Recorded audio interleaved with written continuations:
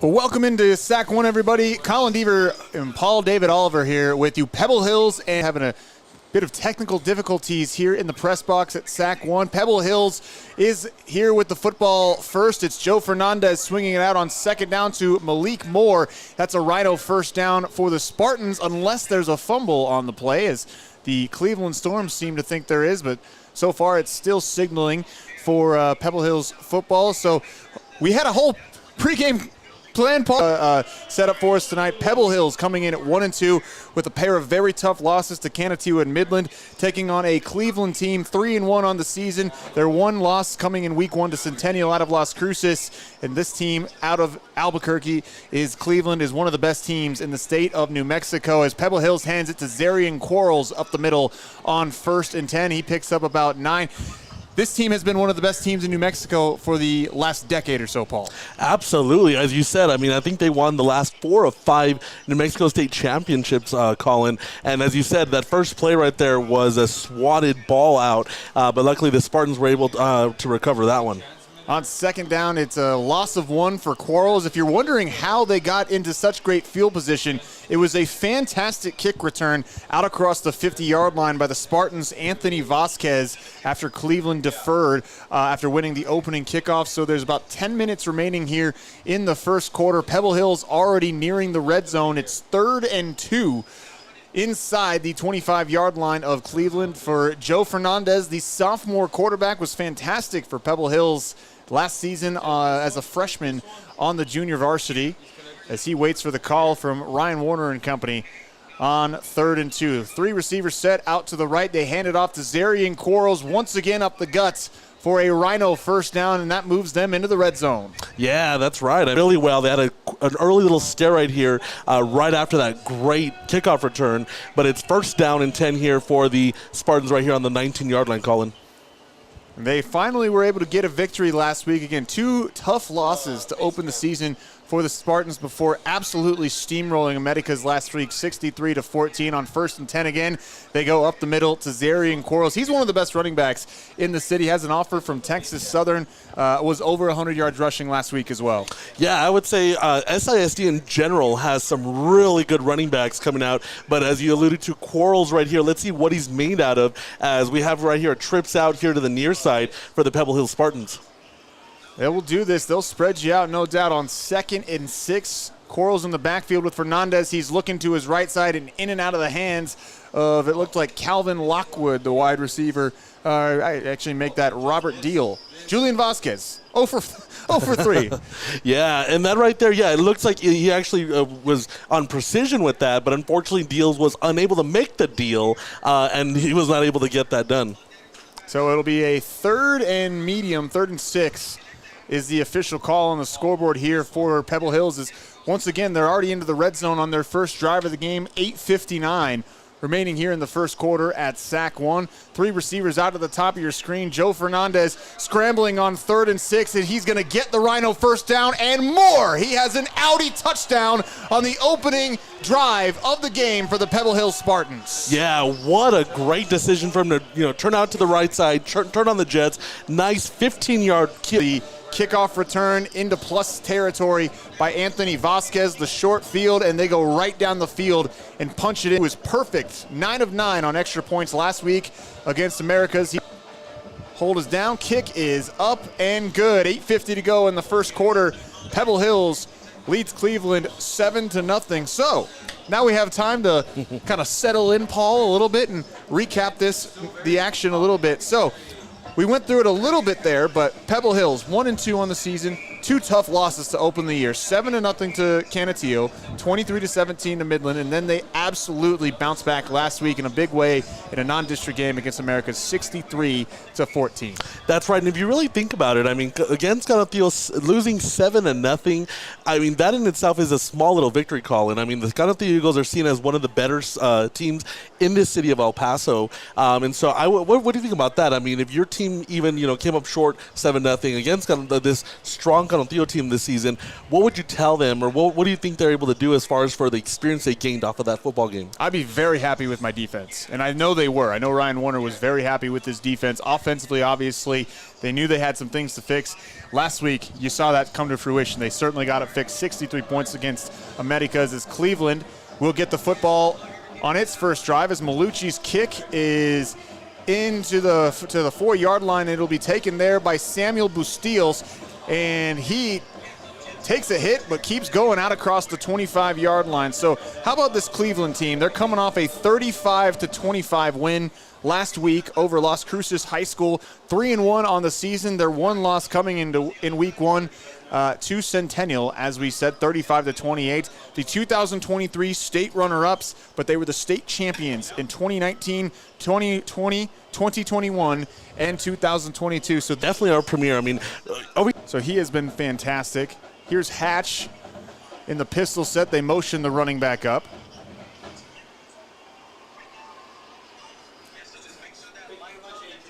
yeah, and if you notice, I mean, the Rio Rancho Cleveland football team right here, it's very interesting that they're actually airing out really early in this ball game. Hatch looking down the sideline there, looking for number 15, Jacob Maldonado, but it was incomplete. So pretty good defensive coverage down the field by the Spartans on that play. Again, coming in, they lose those first 2 games, but you only give up 30 combined points in 2 games. You only give up 14 last week. So it's, a 1-2 team, but this defense has performed. They sure have. And actually, I mean, last week, I think that kind of showed a little bit as to what the Spartans are actually able to do as far as for the offensive production. I mean, from my understanding, they racked up 60-plus points, right, Colin? Yeah, 63 points on 2nd and 10. Hatch to fake, and it's a nice throw over the middle to Juan Munoz for a Rhino first down out to the 40-yard line. I am expecting, just based on the box scores and what we know and have seen from Pebble Hills over the years in this Cleveland team, I am expecting a shootout tonight. And you know what? That makes me excited. I love offense. And as you could actually right there, right as they threw it right there in the center. And he'll pick up about 2 yards nearing the 45-yard line. Yeah, so once again, Giannis, I mean, let's see, as you said, we're going to be calling his name quite a bit during this football game, and let's see if he's going to just keep being the workhorse for the Storm, or if they're going to actually spread the wealth a little bit when it comes to giving the rock.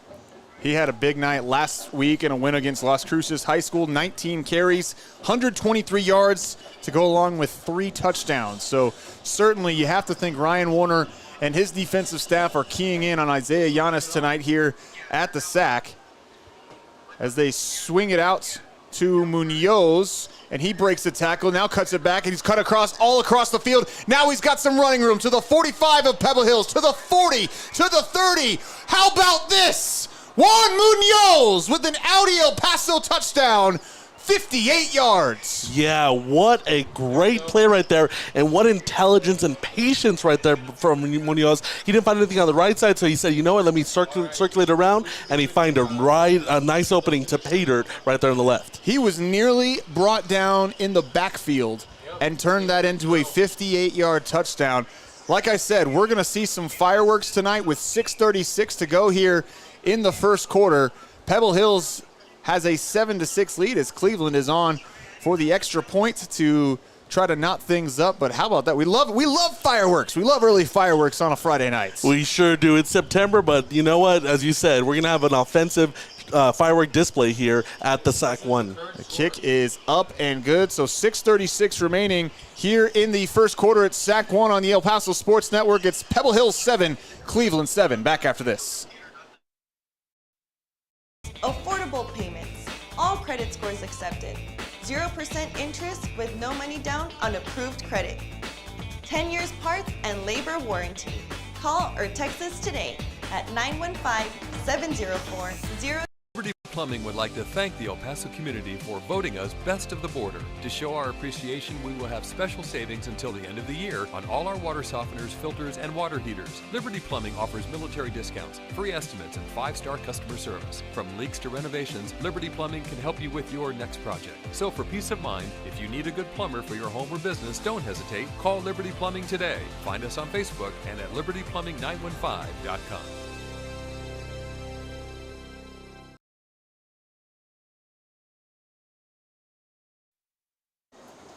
6:36 remaining in the first quarter here at SAC 1, and already some fireworks. Pebble Hills took its opening drive of the game down for a touchdown. Joe Fernandez, a 15-yard touchdown run, and then Cleveland comes right back on a Jordan Hatch to Juan Munoz 58-yard touchdown strike. That was mostly Munoz. It was a screen pass that he took 58 yards. Colin Deaver, Paul David Oliver with you on El Paso Sports Network. On a Friday night, we've got a good one for you.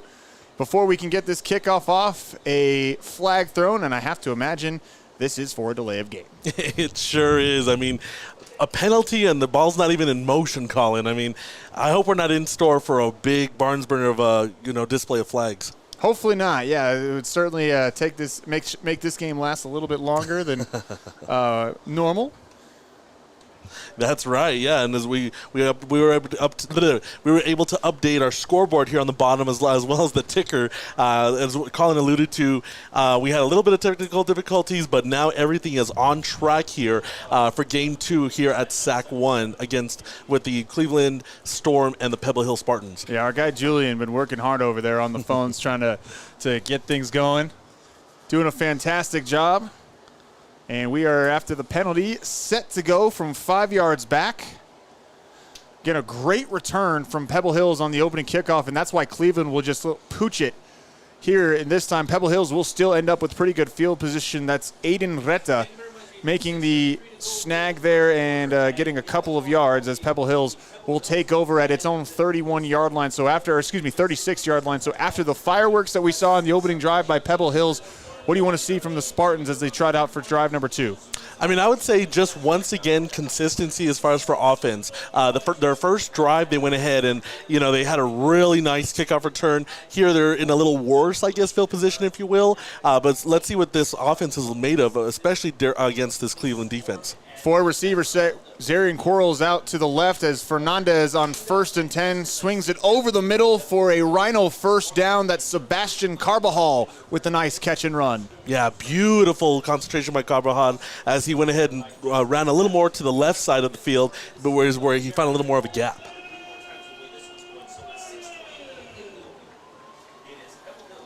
Stack receiver set, both sides of the field as Fernandez takes it on 1st down. Fakes the handoff, rolling to his right. Oh, nice one-handed catch before a big hit over the middle. I believe that was number 84 for Pebble Hills making the catch on that play. Fernie Gonzalez. Yeah, that was really, really nice. He bobbled it looked like, but he was able to come up with the ball, and it's going to make it second and manageable here for the Spartans. This Pebble Hills offense, I saw them 2 weeks ago. That was Jaden Gutierrez. Apologies there. Saw them 2 weeks ago, but they already looked so much better offensively than they did 2 weeks ago. Fernandez on 2nd down, rolling to his right. Had a man. It was Carbajal out there. Would have been good for a huge gain, but just overthrew him, and that brings up 3rd and 6 for the Spartans. Yeah, as you said, he unfortunately overthrew him. I mean, he had him wide open. That could have definitely been a Rhino first down. If anything, maybe even a touchdown call, and if he would turn on the Jets. Yeah, he certainly was going to have some room to run out in front of him if he was able to catch up to it. So a big 3rd and 6 early in the ball game here for the Pebble Hills Spartans. At the 46 of Cleveland, 3rd and 6 for Joe Fernandez and company. Trips left for Fernandez, one receiver at the top of the screen, and Quarles in the backfield. Fernandez looking for some room, and he will not find any as he's taken down at the line of scrimmage by the Cleveland Storm. Yeah, and that right there, I mean, he did not find anything. So that right there is really intelligent, and that's showing actually maturity for this sophomore. Instead of just throwing it and possibly risking an interception, he just keeps it and tries to get a couple of yards, but unfortunately he just ran into the Storm defense, which, was not very good for him.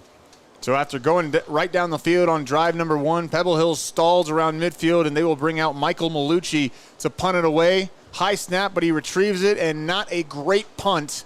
That will bounce at the 26-yard line, and the Spartans will touch it down at the 21. So 79 yards to go here for Cleveland as they get ready for their second drive of the evening. So for Pebble Hills, their defense, they weren't terrible on that first drive, but you absolutely have to contain that play on the outside there. You cannot allow runners to cut back across the field like Munoz did. You're absolutely right, Colin. I mean, unfortunately, all the Pebble Spartans, they gathered up right there on the left side of the field, and then went ahead and just allowed for, the Storm to go in and just circulate around, find that really, really nice opening right there for that huge 58-yard touchdown.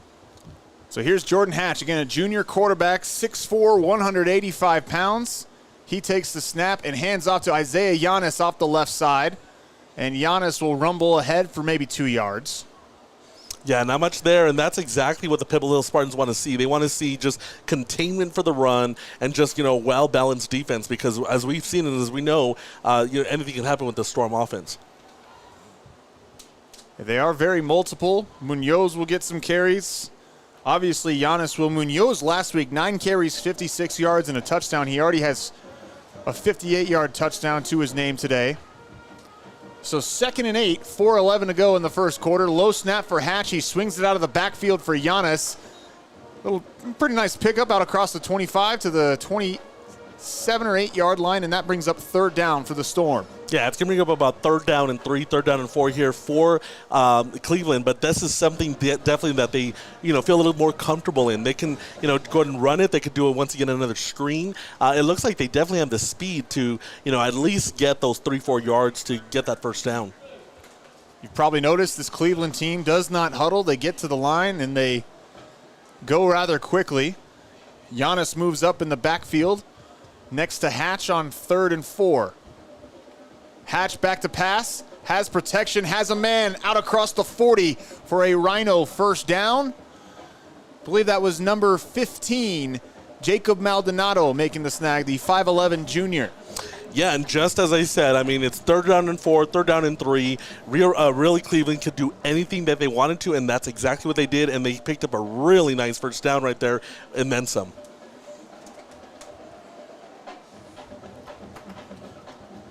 Here on 1st and 10 from their own 42-yard line. Trips right, 2 receivers at the top of the screen. No running backs for Hatch on 1st and 10.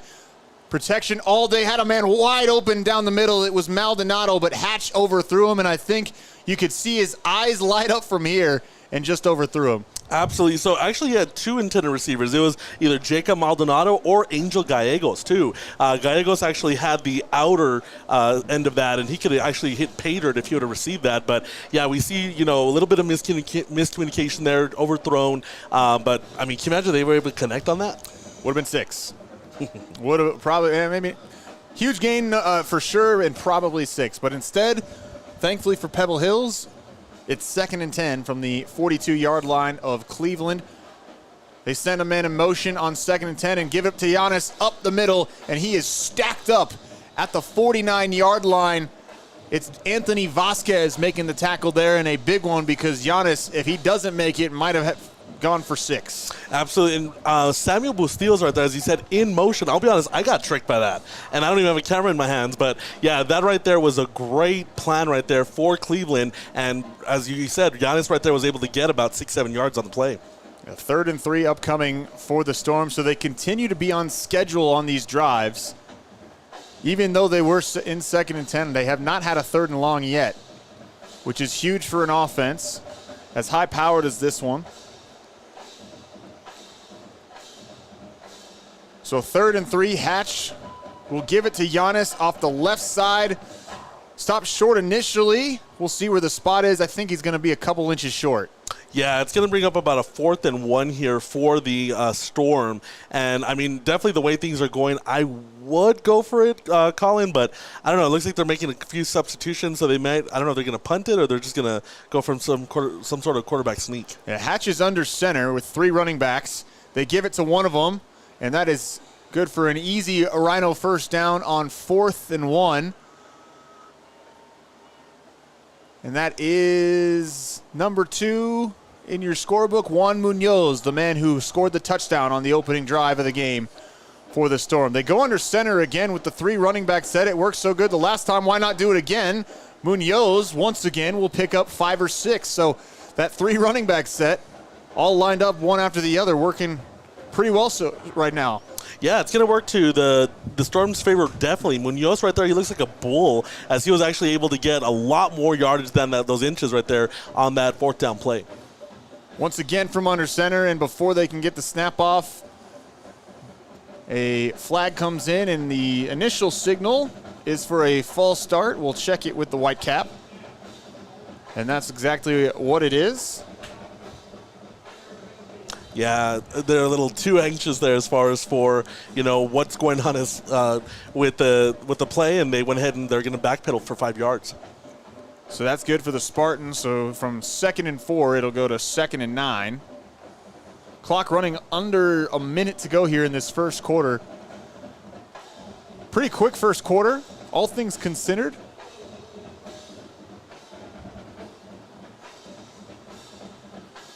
Yeah, definitely. And so Cleveland right here with a 2nd and 9 as they're going to go and have once again here in shotgun formation. Let's see what they do here with the man in motion. Man in motion for Hatch. He fakes it to him and will keep it right up the middle. It's Jordan Hatch. That'll be close to a Rhino first down, and it is a Rhino first down into deeper into Pebble Hills territory to the 33-yard line.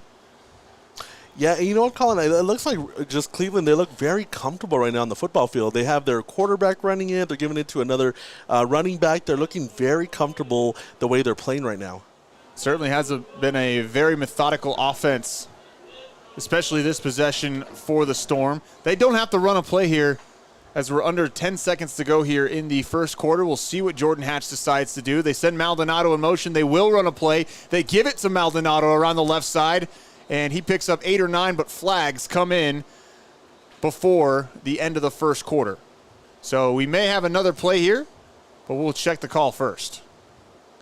Holding indicated on the offense, so that will negate the big run there by Jacob Maldonado. And that brings us to the end of the first quarter here at SAC 1. A quick first quarter, but a fun one. Pebble Hills and Cleveland are tied at 7 apiece on the El Paso Sports Network.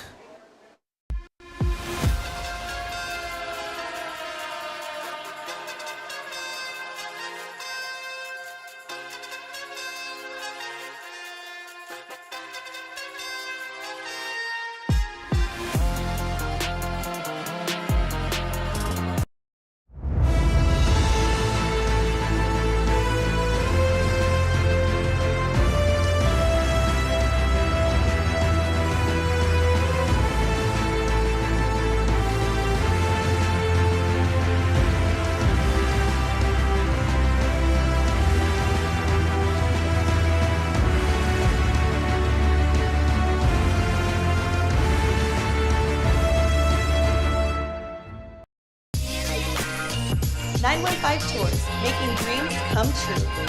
Find the best tour for you. Visit 915tours.com.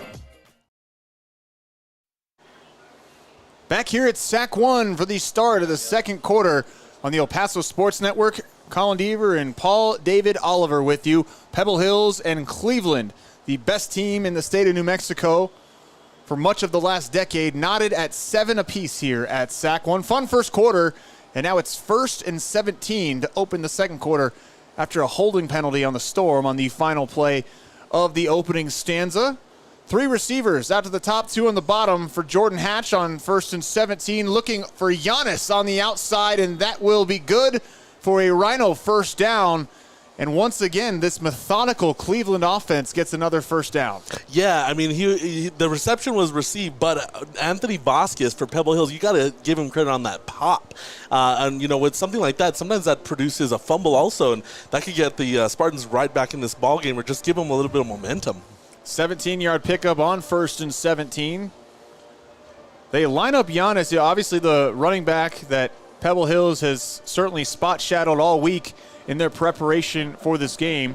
Typically in the backfield, but they lined him up wide and sent him long on that 1st and 17. So perhaps took the Spartans by surprise. This time they give it to Giannis up the middle. Makes a couple of people miss before he's popped down inside the 15-yard line. Pickup of 9 on 1st and 10. That's right. Giannis right there with a great run right there on 1st down and 10. And it gives them a 2nd down and a couple here. Let's see if they're going to go just to, get the first down, or if they're going to maybe try to hit pay dirt.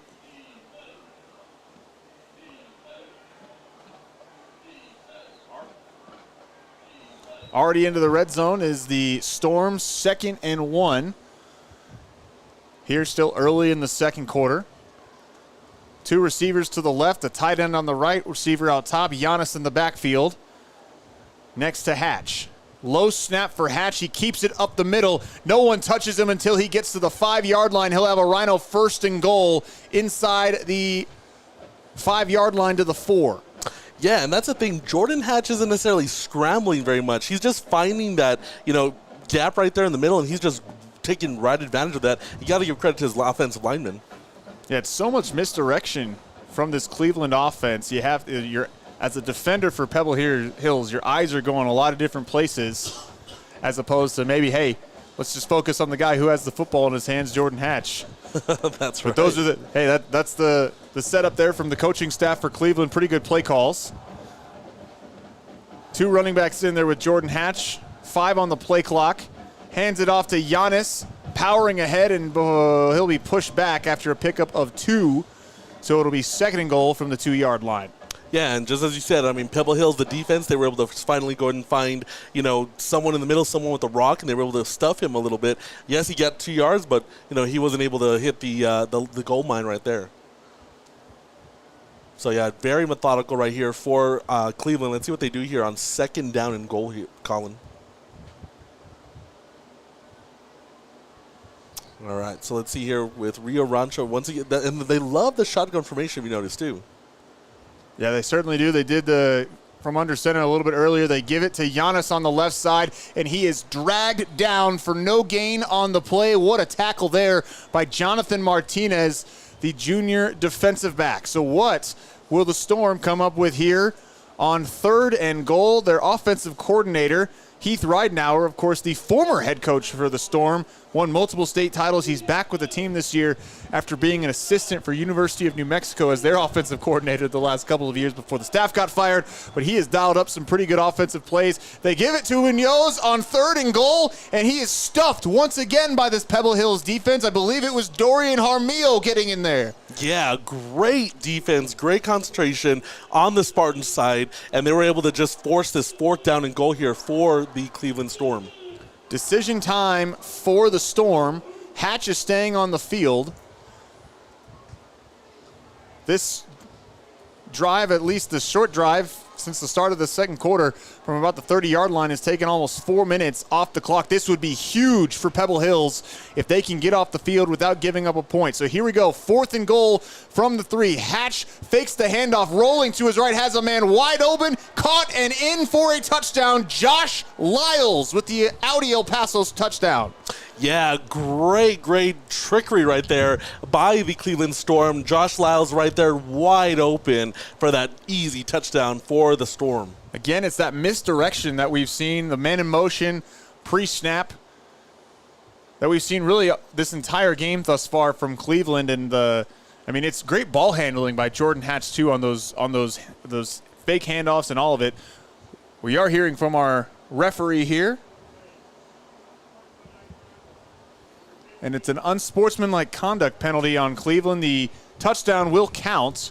So now it's a decision for Pebble Hills whether to take that on the extra point or the kickoff, and it appears that they will wait to assess that on the kickoff.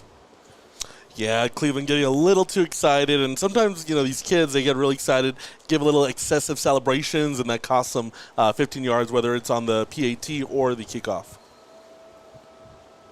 So here's the kicker, number 75, Ivan Sanchez Ramirez, on for the extra point. He knocks it through. So 8:04 to go in the second quarter. Cleveland goes 79 yards, spanning the first and second quarters to take a 14-7 lead over Pebble Hills. Back after this.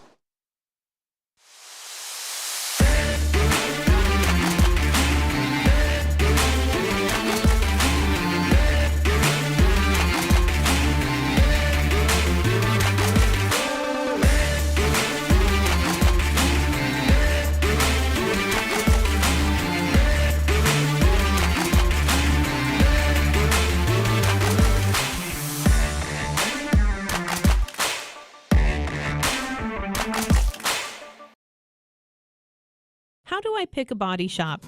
When selecting a body shop to repair your vehicle, The last thing you want to do is worry about scams. At Sergio Lewis Body Shop, we offer lifetime warranty and we honor all insurance estimates. What do I need to watch out for? Be careful with telemarketers who will promise you the moon. With almost 40 years in business, we are committed to you, the customer. And remember, it's your choice by law, not the insurance company on where you want to take your vehicle. 8:04 remaining in the second quarter here from SAC 1 on the El Paso Sports Network. Colin Deaver and Paul David Oliver with you. Cleveland just took a 14-7 lead over Pebble Hills as they kick off once again short. Picked up at the 35-yard line and taken out across the 40-yard line, where he's taken down at the 43, 44-yard line. So good field position once again coming up for Pebble Hills. Paul, that was a 17-play, 79-yard drive by the Cleveland Storm, capped off on 4th and goal with a Jordan Hatch to Josh Lyles touchdown pass. And Colin, that's the reason why they've won the state championship 4 out of 5 years. I mean, they're able to just move the ball well. We thought they were going to be stumped, right? They were facing a 4th down and goal, but nope, they were able to just, perform a little trickery, able to roll out to the right side and score that very easy-looking touchdown. Like I said, I've been impressed with all the misdirection for the Storm. You got to give Heath Ridenauer, the offensive coordinator, a lot of credit for that. So now what does Pebble Hills do? Trailing for the first time tonight. Joe Fernandez on 1st and 10 has a man, and he is in a foot race out across the 40 where he's dragged out of bounds. That's number 10 for Pebble Hills. Malik Moore on the nice catch and run for a Rhino first down. Yeah, it looked like the defender right there for the Storm tripped up, so that allowed Moore to get a little more yardage right there and make this put the Spartans in great field position. Pebble Hills going hurry up. Fernandez on 1st and 10 will hand off to Zarian Quarles, and he is stacked up at the 30-yard line after a gain of 1.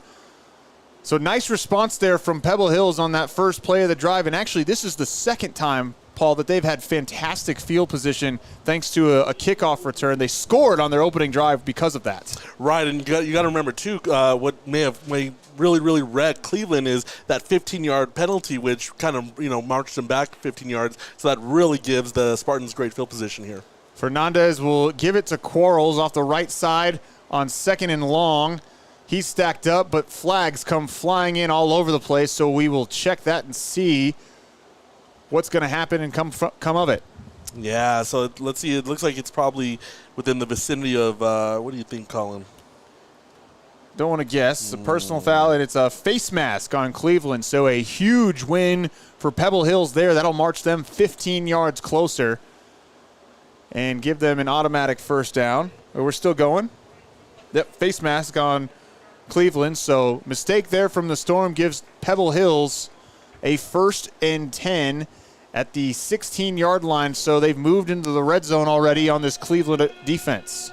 Yeah, so that's going to put the Spartans right here near the 15-yard line. So, I mean, they couldn't ask for anything better to try to get back in this ballgame and tie things up. 3 receivers with Quarles and a tight end on the right side next to Fernandez.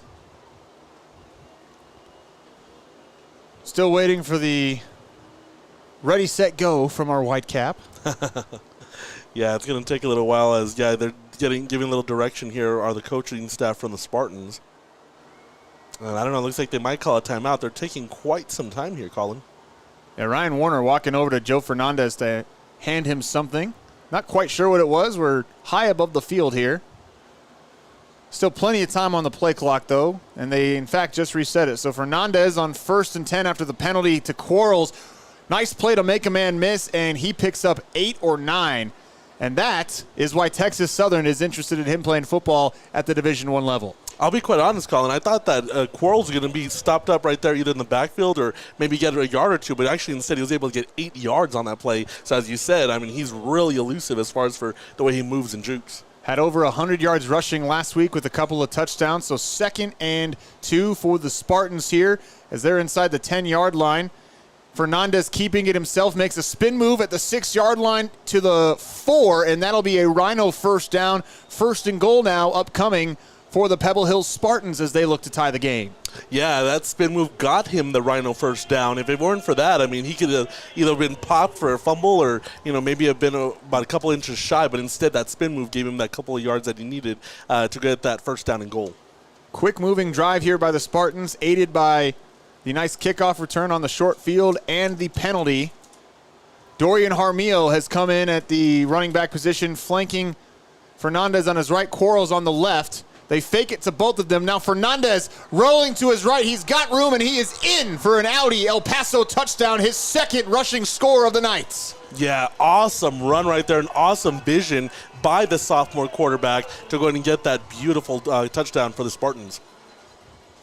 Fernandez has been fantastic as a mobility threat. He can throw it, but he is just as dangerous, if not more dangerous, at this point in his high school career running the football. I was talking to Ryan Warner, the head coach for the Pebble Hill Spartans, before the game, and he was saying, hey, if we love how mobile he is, and once he settles down, because again, he's only a sophomore, once he settles down and is comfortable in the pocket making those throws, as it's a blocked extra point by Cleveland as they try to get a return, Pebble Hills will stack them up. So nice play there by the Storm. 14-13 they'll lead. It was Colin Joyner who got there in to make the stop or the block.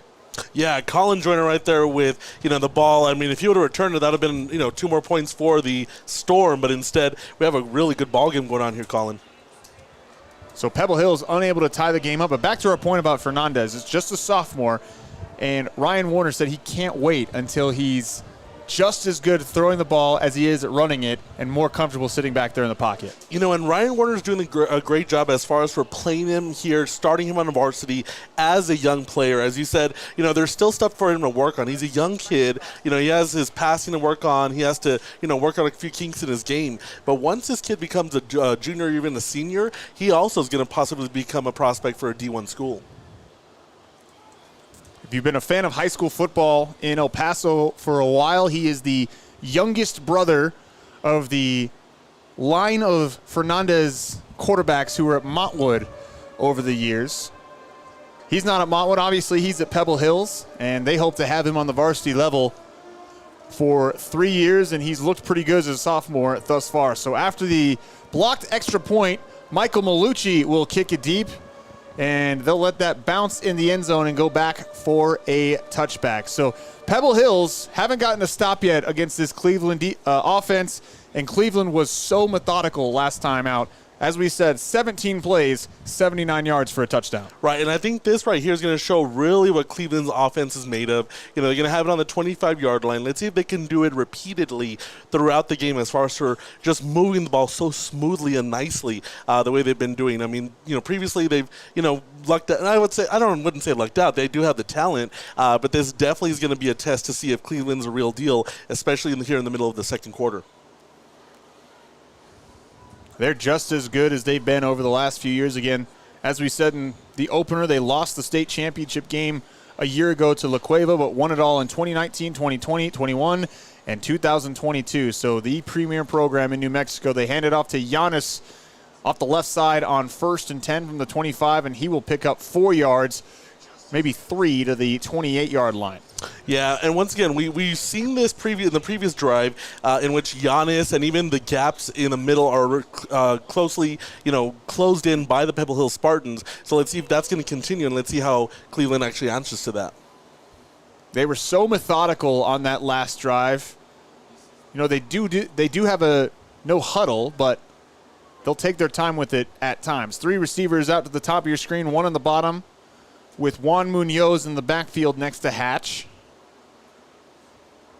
Hatch is back to pass, clean pocket, now he'll escape. Looking for some room, and he will get it out across the 35 for a Rhino first down. So we saw some design runs from Jordan Hatch on the last drive. That one was just him making some magic happen. And that's exactly what I was going to say. I mean, you could tell they had a trips out over there to the far side, and the props actually to the Pebble Hill Spartans defense, or should I say the secondary, because they have great coverage, which forces the Cleveland Storm to go ahead and just run the ball, whether it be the quarterback or whether they give it to one of the running backs. But yeah, the secondary for Pebble Hills for the most part hasn't really blown anything. So a 1st and 10 for Cleveland, leading 14-13. Hatch fakes the pitch. Back to pass, hit as he throws, looking to the right side of the field, and a fantastic catch made on the sideline. It's Jacob Maldonado once again for a Rhino first down. Yeah, fantastic concentration by that young man. He was able to get his feet in bounds, and that right there is going to put them in Spartan territory. Spartans defense has yet to get off the field here as we're pretty deep into the second quarter. Now, again, this is a Spartans defense that came in having a pretty fantastic season, all things considered. I know they're 1-2 on the year, but they've played maybe the toughest schedule of anybody in El Paso. You get Canutillo week 1, you get Midland week 2, America's last week, and now one of the best teams in New Mexico in week 4. Some more pre-snap motion. They hand it off to Giannis, and that is going nowhere. Finally, the Pebble Hills defense gets them into a second and long situation. Yeah, little by little, it does look like Pebble Hills is waking up defensively, and that's exactly what they want to see, especially with this El Paso crowd here behind them. And as you were saying, I mean, this pre-district, these pre-district games, these pre-district schedules that they play really prepares them for, their district play coming up in about a week or two. Yeah, with the District 1-6A losing 2 teams in Americas and El Dorado to Class 5A, the non-district schedule is a bit longer than it's been in previous years. 2nd and 12, they swing it out to Munoz once again, and he is popped that time. A flag coming in. Nice tackle made for now by Jonathan Martinez. And now more flags on the sideline as we've got a little bit of argumenting going on down on the Pebble Hills sideline. It's number 34 for Cleveland, Kevin Everett over there. We'll see what happens here, but there was a on-field flag during the play, and then now we have some after-the-fact penalties coming in. We will have to clean that up and see what happens. Yeah, we have a little extracurricular activity here by both teams. They get a little riled up and whatnot, but, unfortunately, what these kids need to realize is it costs your team 15 yards, so they really need to get their heads in the ball game and, just not worry about any scuffles. Don't want to speculate just yet because there's 4 or 5 flags down. I think a couple of hats were thrown by officials because they'd already thrown the flags, so they're going to have to figure a couple of things out here. Yeah, there's a shoe over there, a sock. No, I'm just kidding. I think Julian, our producer, threw a couple things over there. He sure did. He saw some things. He threw his Whataburger patty and whatnot. So Joe Rodriguez is over here for ESPN 600. I think he threw something out there. Yeah. All right, so here's the call from our white cap. So an illegal block in the back during the play.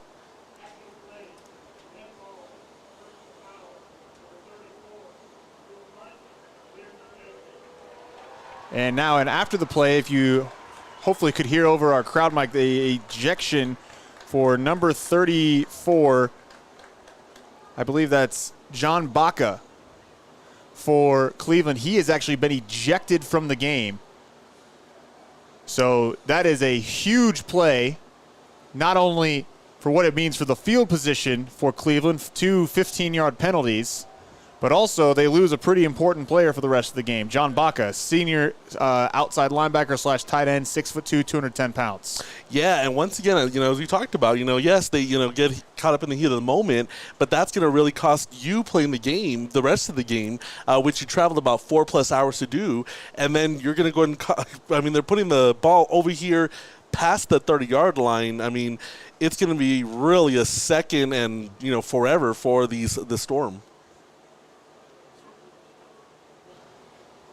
Waiting for them to officially spot the football, but it looks like, okay, so they're going to get the football at the 26-yard line, which is basically the original line of scrimmage from where this drive started.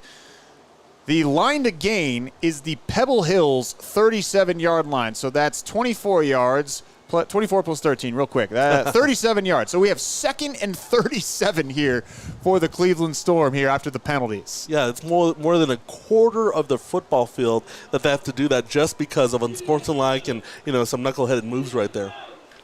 So we'll see if Pebble Hills can get off the field on this drive and then get the football back. It's under 3:15 to go here until halftime as the clock's running. 4 receivers set for Cleveland, 2 on either side. Hatches back to pass, looking over the middle, has Maldonado and across the 50 to the 40. He's got a Rhino first down. Tackled down inside the 25-yard line. A huge pickup by Cleveland after the penalties. Man, that is a way to answer. And that right there is the way you prove things, is doing so on the football field. What a great reception and run right there by Maldonado. Great play call once again by Heath Ridenauer and this Cleveland coaching staff. They haven't missed yet. Again, they haven't had to punt, have the Storm so far. And with 2:54 remaining in this first half, now you got to start thinking, if you're Cleveland, you want to score and not leave Pebble Hills too much time. And then Cleveland also gets the football at the start of the second half as well. So here's Hatch on 1st and 10. Had a man, number 17, Angel Gallegos, but it went in and out of his hands. And a late flag coming in once again from a referee, the side judge here on the near side. We'll see what the flag is. Yeah, Anthony Vasquez right there with the hard hit well after the ball hit the hands of the receiver. So, that really may cost the Pebble Hill Spartans. 3 referees getting together to talk about it, the 20-yard line. You saw the Pebble Hills coaching staff kind of throw their hands up when the flag came in, so not sure if they liked the call, but again, we will wait and see here. And they will actually pick the flag up and overrule it. So nothing doing there, no harm, no foul, I guess, there for Pebble Hills. It'll bring up 2nd and 10 for Cleveland. Yeah, it looks like they're going to go ahead and have a little substitution right here laid up, for this second down coming up for them. 14-13, Cleveland leading Pebble Hills here. 2:37 remaining until halftime. 2 touchdowns either way. The only difference in the score sheet is that Cleveland blocked the extra point on the last Pebble Hills touchdown before Hatch can take that snap. A whistle and a timeout by Cleveland, and we will take it with them. 2:35 remaining here in the first half at SAC 1. Pebble Hills trails Cleveland 14-13 on El Paso Sports Network. This is what a made-to-order Whataburger looks like. 100% fresh beef on a hot grill, sizzling away. Actually, this will take just a minute. Whataburger, just like you like it. Okay, now your Whataburger's ready. You ordered it, then we made it with fresh ingredients. Know why? It just tastes better that way. Whataburger, just like you like it. 915 Tours, making dreams come true. Find the best tour for you. Visit 915tours.com.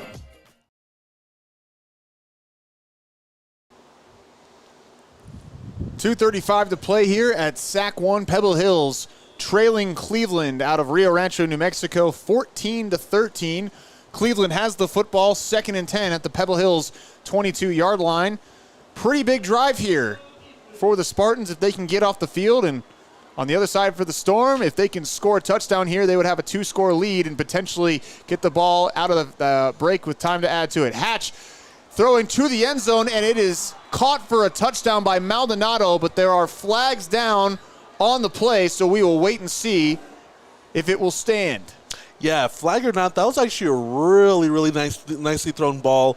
Great coverage right there by Pebble Hills, but, the quarterback was able to just put it right in his hand. So that's the type of play you like to see from quarterback to receiver. Yeah, it's coming back, though, unfortunately, for Cleveland. So wipe the touchdown off the scoreboard. So the Spartans get a break, and that will back up Cleveland quite a bit. Yeah, this drive alone, penalties have really hit Cleveland, but you know what? They don't let it faze them. They're able to go ahead and, speak with their offense. They're able to, play out, and they're able to just really convert and just have it really not faze them much. So that penalty, pushes them to the 32-yard line, 2nd and 20 upcoming for the Cleveland Storm. They had 2nd and 37 earlier on this drive and got a pickup of over 50 yards for a first down. Man in motion, it's Maldonado. Now he goes back the other way. Hatch takes the snap under pressure, and he will be sacked. Dropped in the backfield as a flag comes in by number 55, Jalen Pacheco. We will see what the penalty is, though. Yeah, Pacheco right there able to, shed off coverage, and he was able to get that sack. That was a really nice play by him, and he showed his speed right there that he can have. So a big loss there for now, but again, we got to check on this penalty first. And a personal foul roughing the quarterback on Pebble Hills.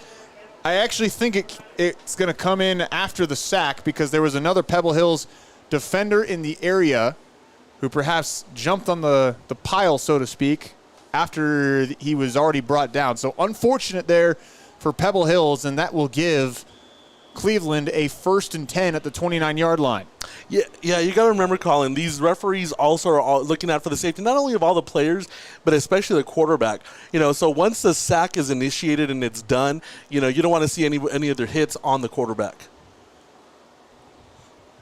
New life for the Cleveland Storm. We're under 2 minutes to go here in the first half. They hand it off to Giannis on 1st and 10. Check that, make it Munoz, and he is into the red zone for a Rhino first down to the 19-yard line. Yeah, once again, great concentration by Munoz as he was able to get that first down and get inside the 20-yard line for the Storm. They're going quickly under 1:30 to go. They hand off to Munoz off the left side. He's trying to push the pile and picks up about 3 to the 16-yard line. 1:14 remaining here in the first half. Yeah, and as you were talking about, Colin, I mean, they're not necessarily in a rush. They still have over a minute. They don't really want to give the Spartans the ball back with too much time left. And that's exactly what they're doing. They are absolutely taking their time. Under a minute to go here in the first half. Again, Cleveland gets the football to start the second half. So if they score here, boy, they can really put some distance between them and Pebble Hills potentially. 3 receiver set for Hatch. Just 6 seconds left on the play clock. Man in motion on 2nd and 7. Hatch under pressure, evades it, throwing to the right side, and it's at the feet of his receiver, Maldonado. So 3rd and 7 upcoming with 36 seconds remaining in this first half. Yeah, that right there was a risky pass by Hatch. I mean, he easily could have almost gotten that picked if, the secondary would have jumped up a little bit more. But, nonetheless, they were able to come up with that. So it's a 3rd down and manageable here for the Cleveland Storm. Cleveland takes the timeout. We will take it with them. 36 seconds remaining here in the first half at SAC 1. Pebble Hills trailing Cleveland 14-13.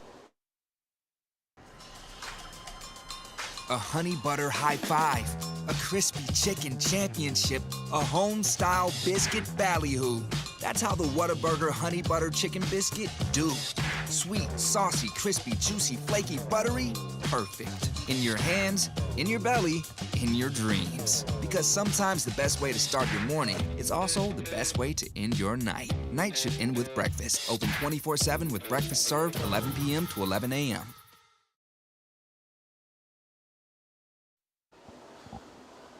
Back here at SAC 1 on the El Paso Sports Network, Colin Deaver, Paul David Oliver here with you on a gorgeous Friday night. The Sun City, Cleveland, out of Rio Rancho, leading Pebble Hills 14-13, and the Storm have a 3rd and 7 at the Pebble Hills 16-yard line, trying to punch in their 3rd touchdown of the evening. It's Jordan Hatch, the junior quarterback, takes the snap. He'll swing it out. It's Munoz with it out across the 15-yard line, but he's stacked up there by Pebble Hills number 6, Jonathan Martinez, and that'll bring up 4th down for the Storm. Last time they were in this situation down in this area, they went for it and scored a touchdown. We'll see what they do here as the clock is still running. 14 seconds left, and finally a whistle and a timeout by the Storm. They take their final timeout of the first half with 12 seconds to go here in the stanza. So if you are the Cleveland Storm, Paul David Oliver, what are you doing here? Are you going for it, or are you just kicking the field goal?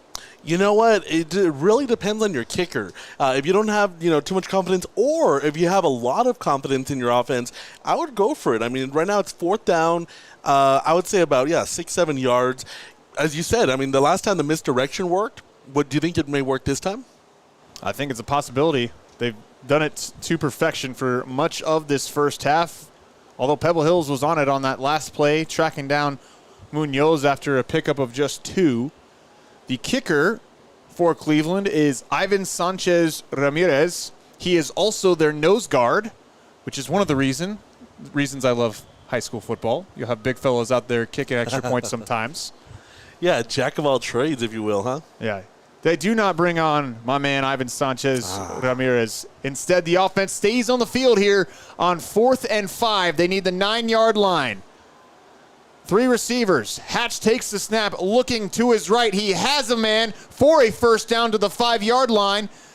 I believe that's Maldonado. No, it's number 22, Elijah Richards with the Rhino first down. Under 5 seconds to go here as Hatch clocks it with, now the clock's still running. It'll be about 4 or 5 seconds on the clock. The clock on the scoreboard actually ran out, but it will stop. They'll have to put some time back on the clock. Maybe about 4 seconds. Yeah, this shows just the maturity. This shows how well Cleveland prepares for their ball games. I'm sure they run this a lot in practice, and just, for them to know to clock it, they know they have 5 seconds left. It was really, really well done by them. See what we can hear the white cap. And they'll put 3 seconds actually back on the clock here. So the Storm, instead of setting the field goal unit on, they will take a snap and look for the end zone. This is the last play they have, and it's a wide, oh my goodness! They had a wide open touchdown. Elijah Richards would have had it in his hands with nobody within 15 yards of him. Could not have called a better play, and it went in and out of his hands. The Cleveland coaching staff in the booth next to us couldn't believe it.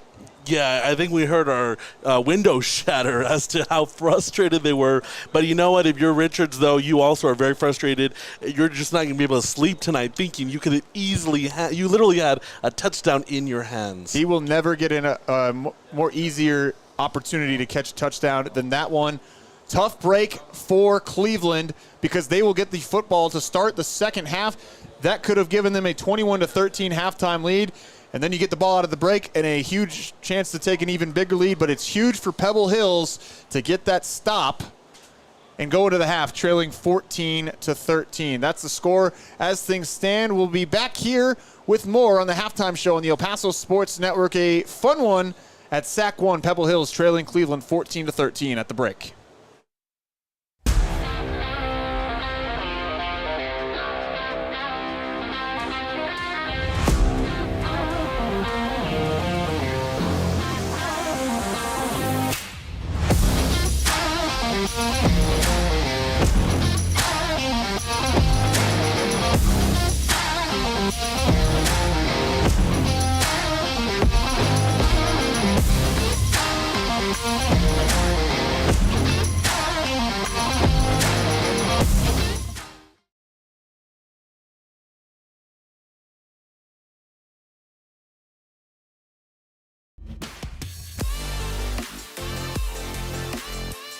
Sun City Wynn Nelson, a residential and commercial plumbing supply wholesaler. Visit us at 7179 Copper Queen Drive in El Paso, Texas, or call us at 915-532-1600. Sun City Wynn Nelson, excellence through service.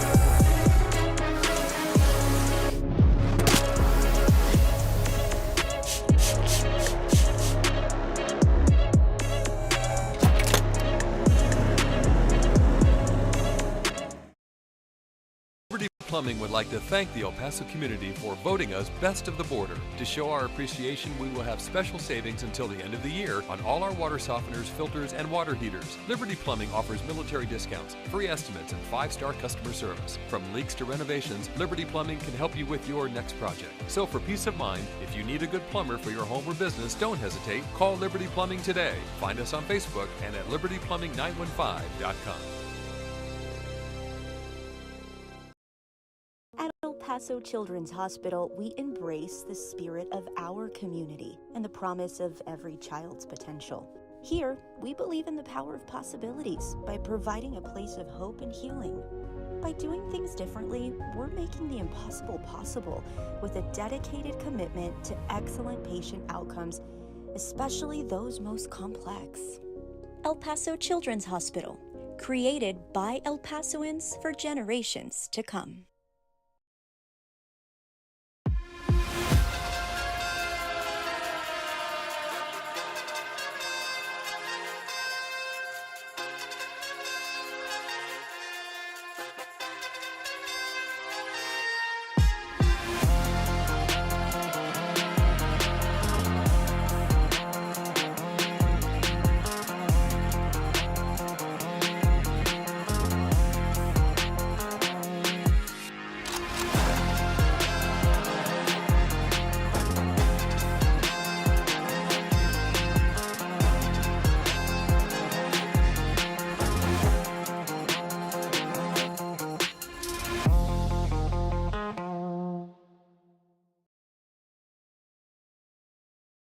Are you an enthusiastic sports fan? Want to have fun and get in on the action? Heck, yes. That'd be awesome. Have great attention to detail? Want to stay active? Definitely.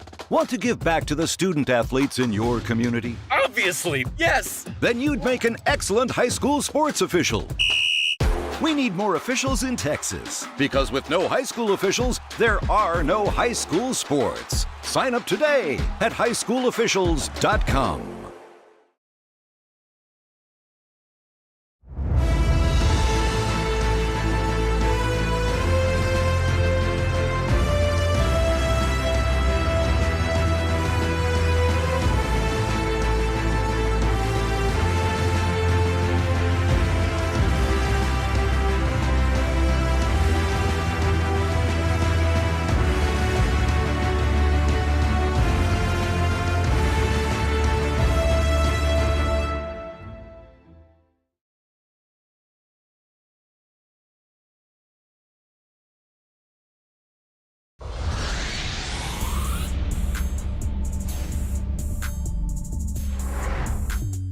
Hey, it's Mod of the Boss from Dino with a special message.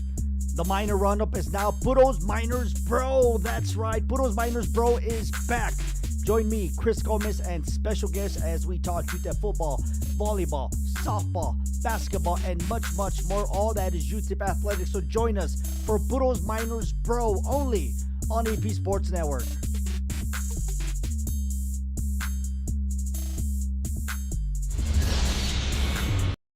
At Raising Cane's, we're huge football fans, but we're also fans of your local fundraisers and fun runs, small victories and big ideas. And yes, even the neighborhood animal shelter.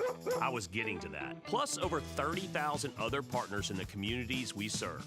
When you order our hand-battered chicken fingers, craveable cane sauce, and jugs of freshly made tea and lemonade to cheer on your home team, you're also supporting your hometown.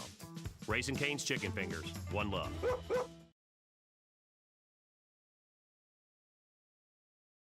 What is fast? A sprinter?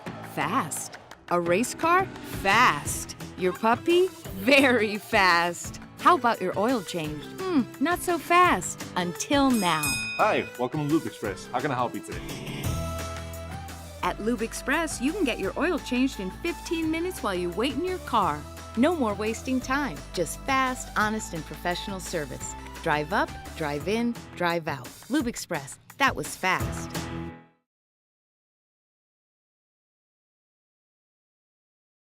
Free estimates, affordable payments, all credit scores accepted. 0% interest with no money down on approved credit. 10 years parts and labor warranty. Call or text us today at 915-704-0234. EP Omega Air Conditioning. You can count on us to fix any issue with your HVAC system. Call 915-704-0234 today.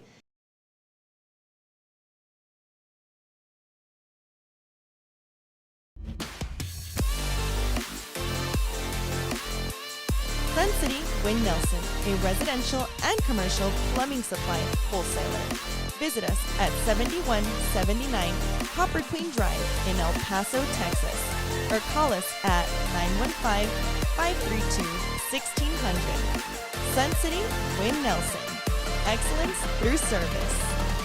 Liberty Plumbing would like to thank the El Paso community for voting us Best of the Border. To show our appreciation, we will have special savings until the end of the year on all our water softeners, filters, and water heaters. Liberty Plumbing offers military discounts, free estimates, and 5-star customer service. From leaks to renovations, Liberty Plumbing can help you with your next project. So for peace of mind, if you need a good plumber for your home or business, don't hesitate. Call Liberty Plumbing today. Find us on Facebook and at libertyplumbing915.com.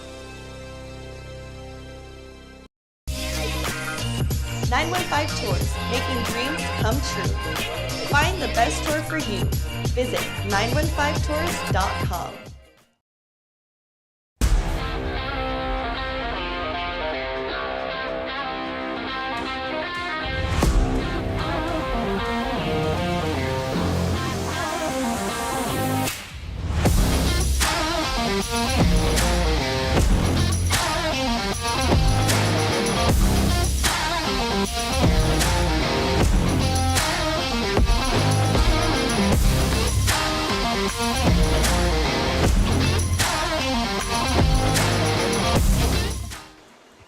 Back here at SAC 1, it's 14-13. The Cleveland Storm leading the Pebble Hills Spartans at that break here at SAC 1. Colin Deaver and Paul David Oliver here with you on the El Paso Sports Network. We'll get to the stats in a second, but Paul, give me your overall thoughts on that first half for both teams. You know what? First of all, Colin, I'm very impressed as far as for the way the Pebble Hill Spartans are able to hang on tight here with the Cleveland Storm. I mean, we expected a storm from them, and, you know, Pebble Hills actually has done quite well. They've been able to hold them to really long drives, which you're about to get to, but, you know, I'm really impressed actually with Pebble Hills' defense, the way they're able to really contain Cleveland so far. Yeah, big play for the Spartans, that dropped touchdown pass on the final play from scrimmage to the at the end of the half there. Elijah Richards dropping a touchdown pass.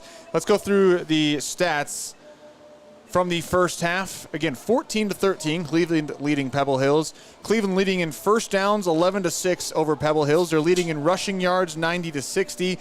They're leading in passing yardage 185-30. Jordan Hatch for Cleveland. Really good first half for that quarterback, the junior quarterback, 9 of 13 for a touchdown, or 2 touchdowns rather, and 185 yards. Meanwhile, Joe Fernandez for Pebble Hills, 3 of 4, 30 yards. Just 90 total yards of offense for Pebble Hills in that first half compared to 275 for Cleveland.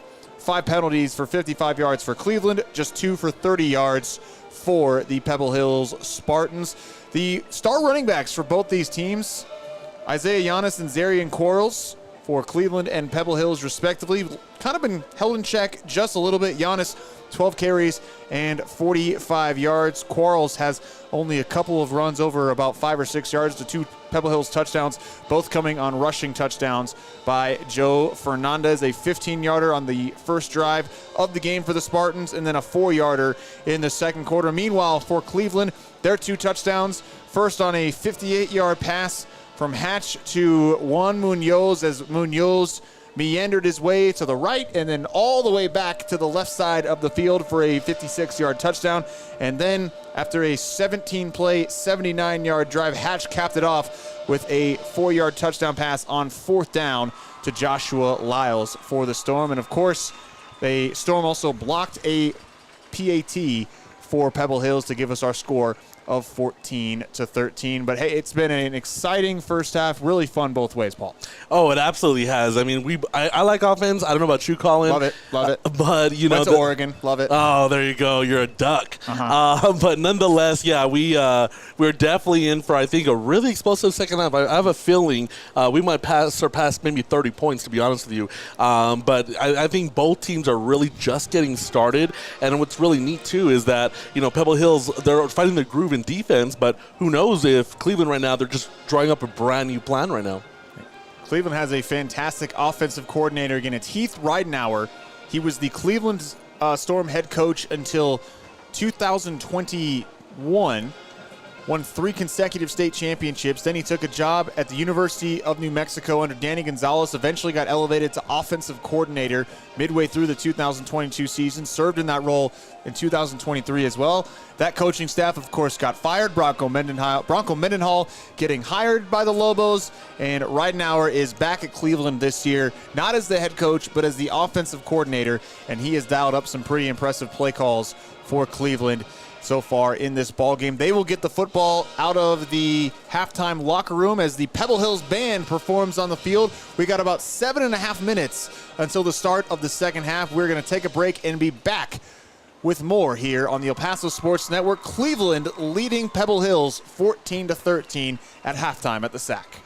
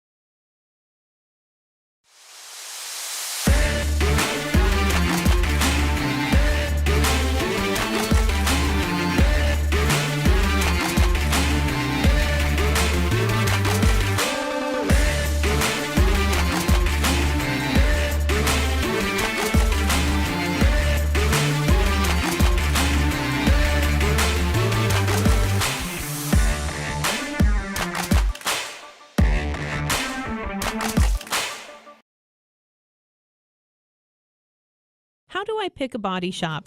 When selecting a body shop to repair your vehicle, the last thing you want to do is worry about scams. At Sergio Lewis Body Shop, we offer lifetime warranty and we honor all insurance estimates. What do I need to watch out for? Be careful with telemarketers who will promise you the moon. With almost 40 years in business, we are committed to you, the customer. And remember, it's your choice by law, not the insurance company on where you want to take your vehicle.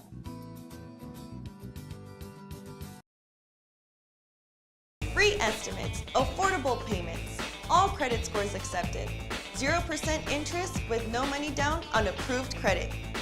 10 years parts and labor warranty.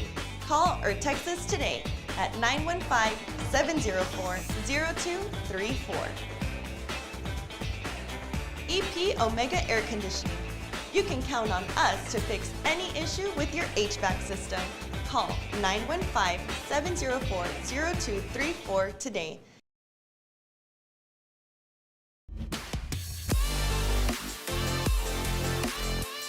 Sun City Wynn Nelson, a residential and commercial plumbing supply wholesaler.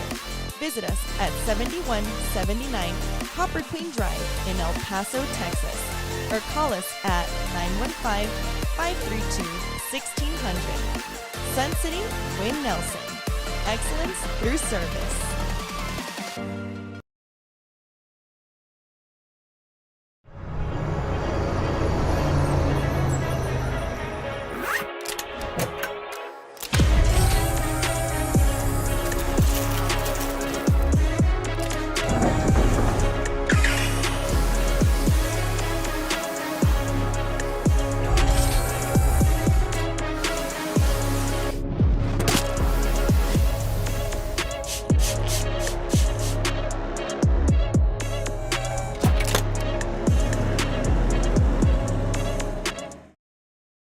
Plumbing would like to thank the El Paso community for voting us Best of the Border. To show our appreciation, we will have special savings until the end of the year on all our water softeners, filters, and water heaters. Liberty Plumbing offers military discounts, free estimates, and 5-star customer service. From leaks to renovations, Liberty Plumbing can help you with your next project. So for peace of mind, if you need a good plumber for your home or business, don't hesitate. Call Liberty Plumbing today. Find us on Facebook and at libertyplumbing915.com.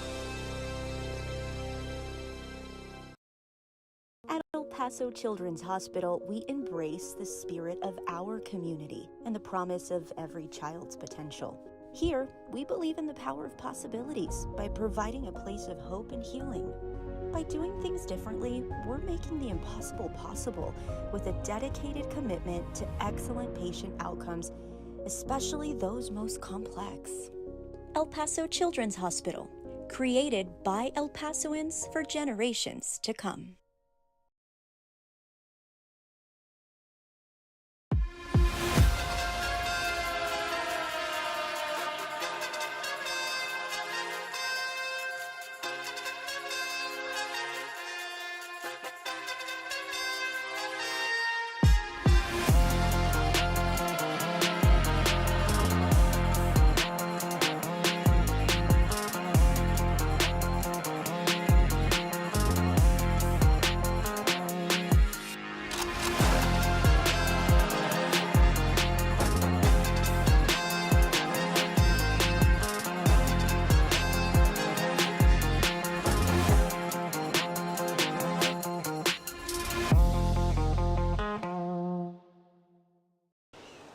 Welcome back to SAC 1 on the El Paso Sports Network. The Cleveland Storm have taken the field for the second half.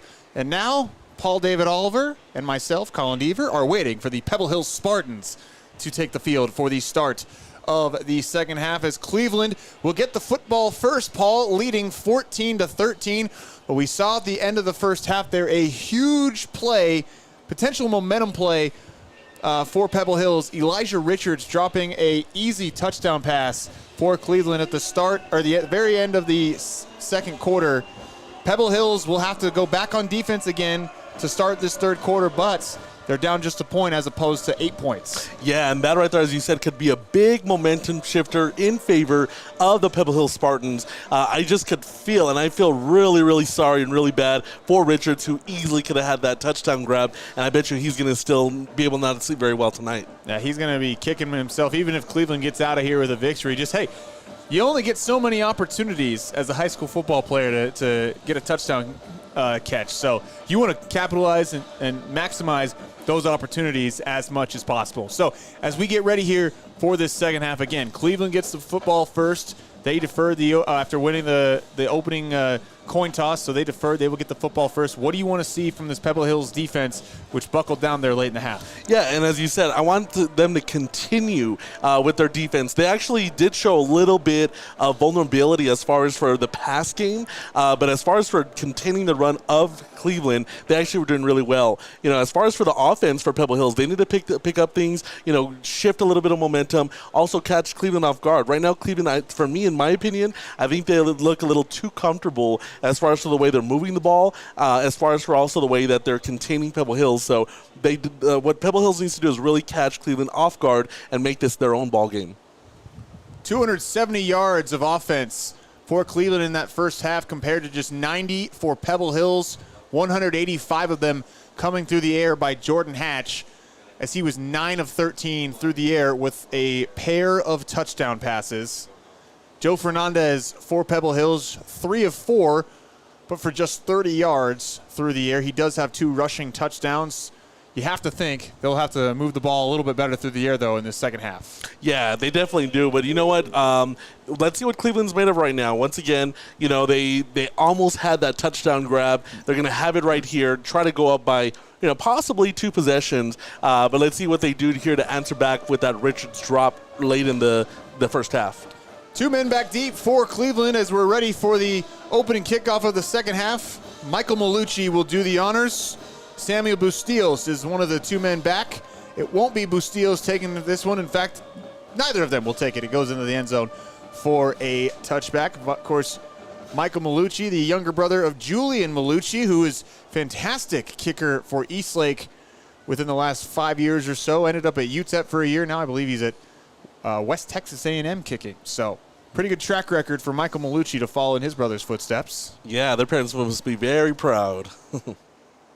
Soccer players as well, have to imagine. Since I know Julian was. I can't confirm officially that Michael is, but I would have to imagine he is, since his older brother was. Yeah, I mean, he has a leg on him. So, I mean, if he hasn't tried out for the soccer team, why not do it this season, right? Yeah. All right, so here we go. Enough about football. How about some football? It's Hatch with a 4-receiver set.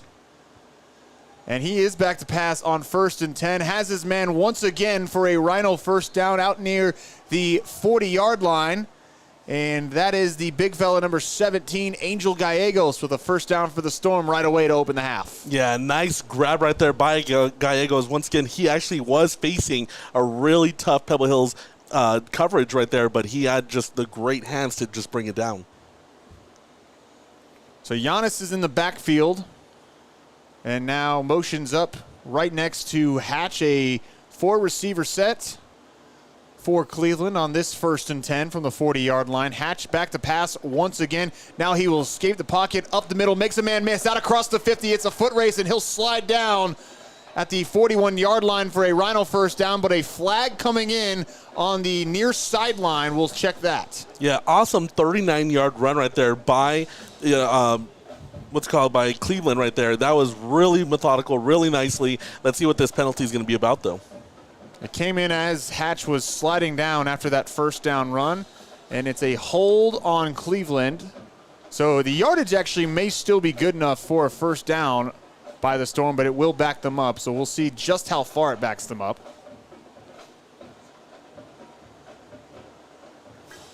Yeah, they're going to have a little discussion as far as for where the ball is going to be placed.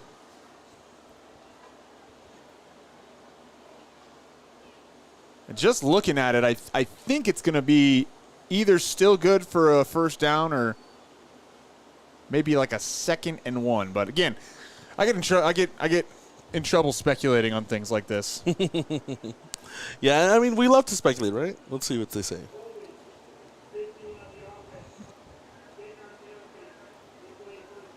So they're moving the ball back from the 41-yard line of Pebble Hills back to the 49 of Cleveland. Look at me. Look at you. Look at me. 2nd and 1 for the Storm as they are up to the line. No, 1st and 1, actually. 1st and 1?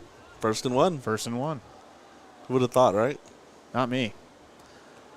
We'll see if they can get another first down as they go with a reverse. It's Michael Haynes on the end around, and this will actually, well, I thought it was going to lose yardage as a flag comes in again in the backfield. As it stands, he's close to a first down, but we will check it once again. Yeah, and you know what? Cleveland needs to actually, keep their heads in the ball game. I mean, they're, having lots of penalties that actually haunted them also in the first half, so they need to be very careful with them here in the second half when it really, really, really matters and when the ball game is about to wind down. Yeah, they had 5 penalties for 55 yards in that first half.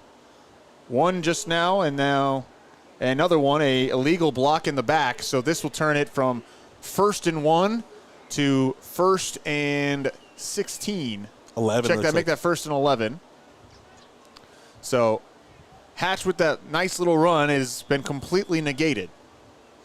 Yeah. I mean, that was cool to say, right? 1st and 1. I think every team would love to face that every single time. And you might get that once a season, if that. So 1st and 11 now. Man in motion.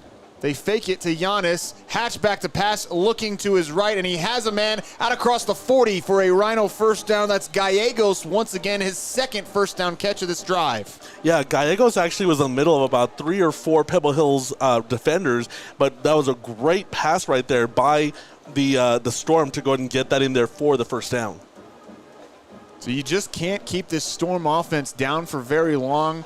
They had a 2nd and 36 in the first half, and they picked up the first down with a 50-yard passing play from Hatch to Jacob Maldonado. They do it again here on 1st and 11, and now they have a 1st and 10 in Pebble Hills territory at the 39-yard line. Hatch back to pass once again, looking to his right, and that is caught. And out of bounds is Maldonado after a pickup of 6 or 7 on 1st and 10. Yeah, Jacob Maldonado with a great concentration right there to be able to keep his feet in bounds, go out of bounds, though. But it's going to bring up a second and, yeah, as you said, about 4 or 5 for the Storm.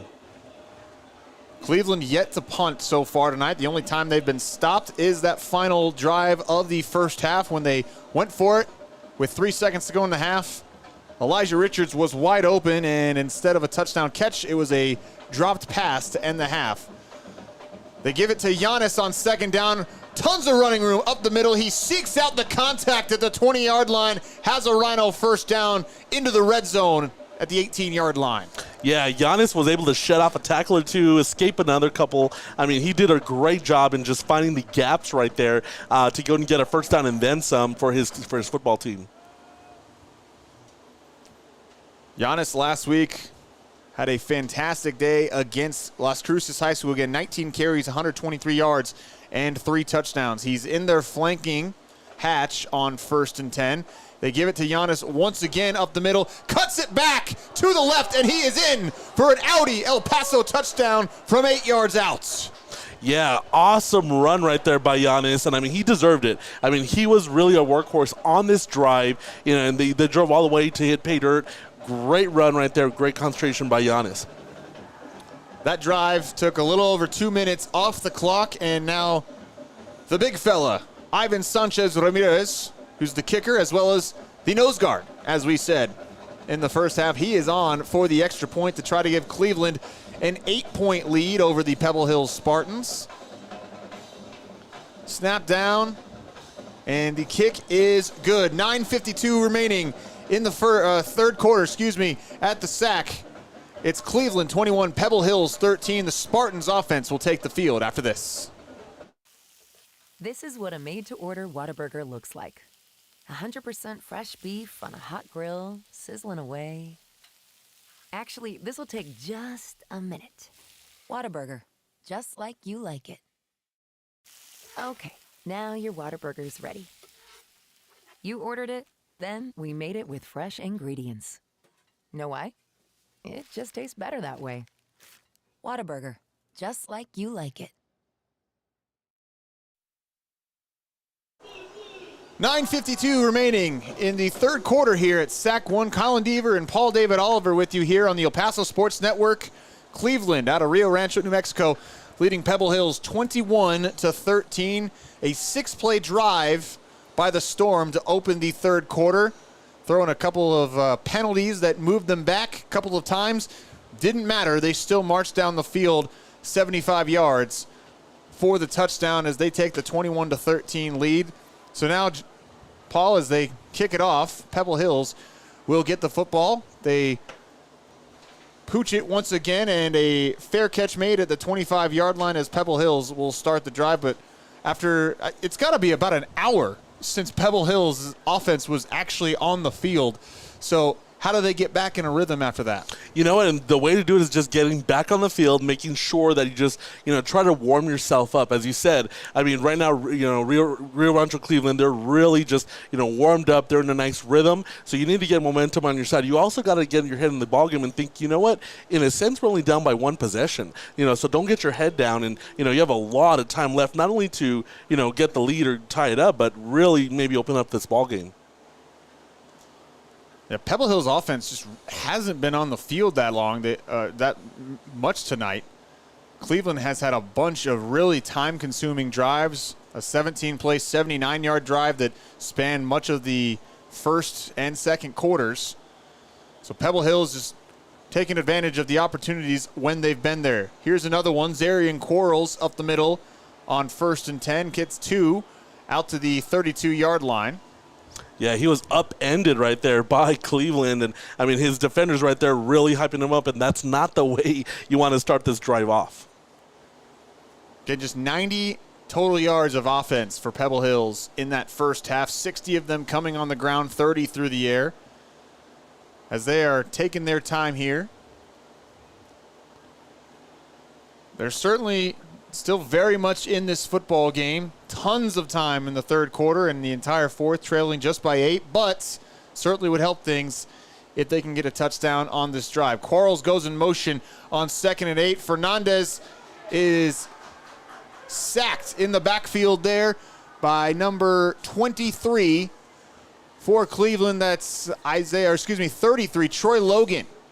Yeah, Logan right there was able to just escape the offensive lineman up Pebble Hills, and he was able to get a nice wraparound on the quarterback, and that's going to go and be very costly for the Spartans. Yeah, Fernandez just didn't do a great job of feeling that rush, and it goes back to what we talked about in the first half. He's a sophomore quarterback, and Ryan Warner knows he's eventually going to get there, but right now those are just some things that a young quarterback doesn't see right away, and perhaps later this year even he'll be seeing them.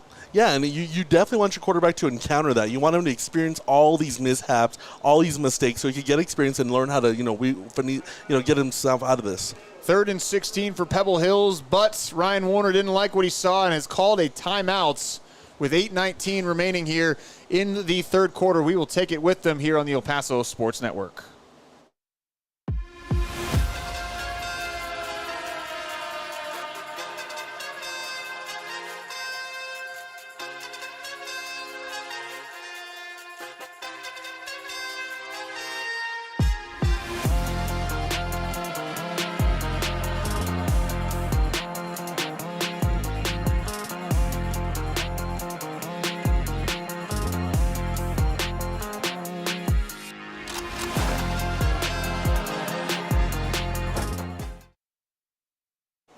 Quick timeout. We're back here on the El Paso Sports Network. 3rd and 16 for Pebble Hills, trailing Cleveland 21-13. Fernandez back to pass, rolling out to his right on 3rd and long. A flag comes in. Fernandez looking deep down the right sideline, and it is in and out of the hands of the wide receiver there on the far sideline. We will check the flag in the backfield, though.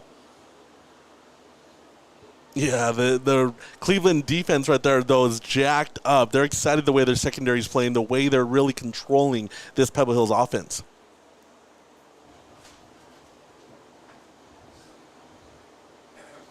Flag came in as Fernandez was rolling out to his right and about to make the throw, probably in the area of a holding penalty, but we will, of course, check it as always. Yeah, and the referee's really having a lengthy discussion here. Let's see what the white hat says. And it is a hold on the Pebble Hills offensive line, and Cleveland, after getting off the field there, they will decline the penalty, and Pebble Hills, with a 3 and out, will have to punt it away back to a Cleveland offense that they have yet to stop so far tonight. A.J. Manning is one of the men deep for Cleveland. Malucci's punt bounces at the 46-yard line and takes a Cleveland bounce, touchdown at the 48-yard line of Cleveland. So pretty fantastic field position now for the Storm as they come back out for their second drive, Paul, of the second half, leading 21-13. Yeah, this is not something that you want if you're the Pebble Hills, coaching staff. I mean, they're up by 8 points. They're showing no, vision or no indication of stopping. And, I mean, they look like they're ready to go right now. They really didn't take very much time during that quick little, timeout. So let's see what they do with only 51 yards to go before they hit the touchdown area.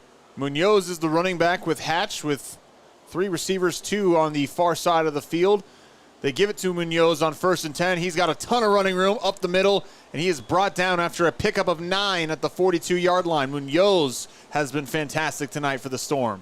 Yeah, all running backs for the Storm have really found a groove. They've really found their area, just around the Pebble Hills defenders, and they're just getting nothing but positive yardage. And as you've been saying throughout the entire broadcast, Cleveland's yet to actually punt the football.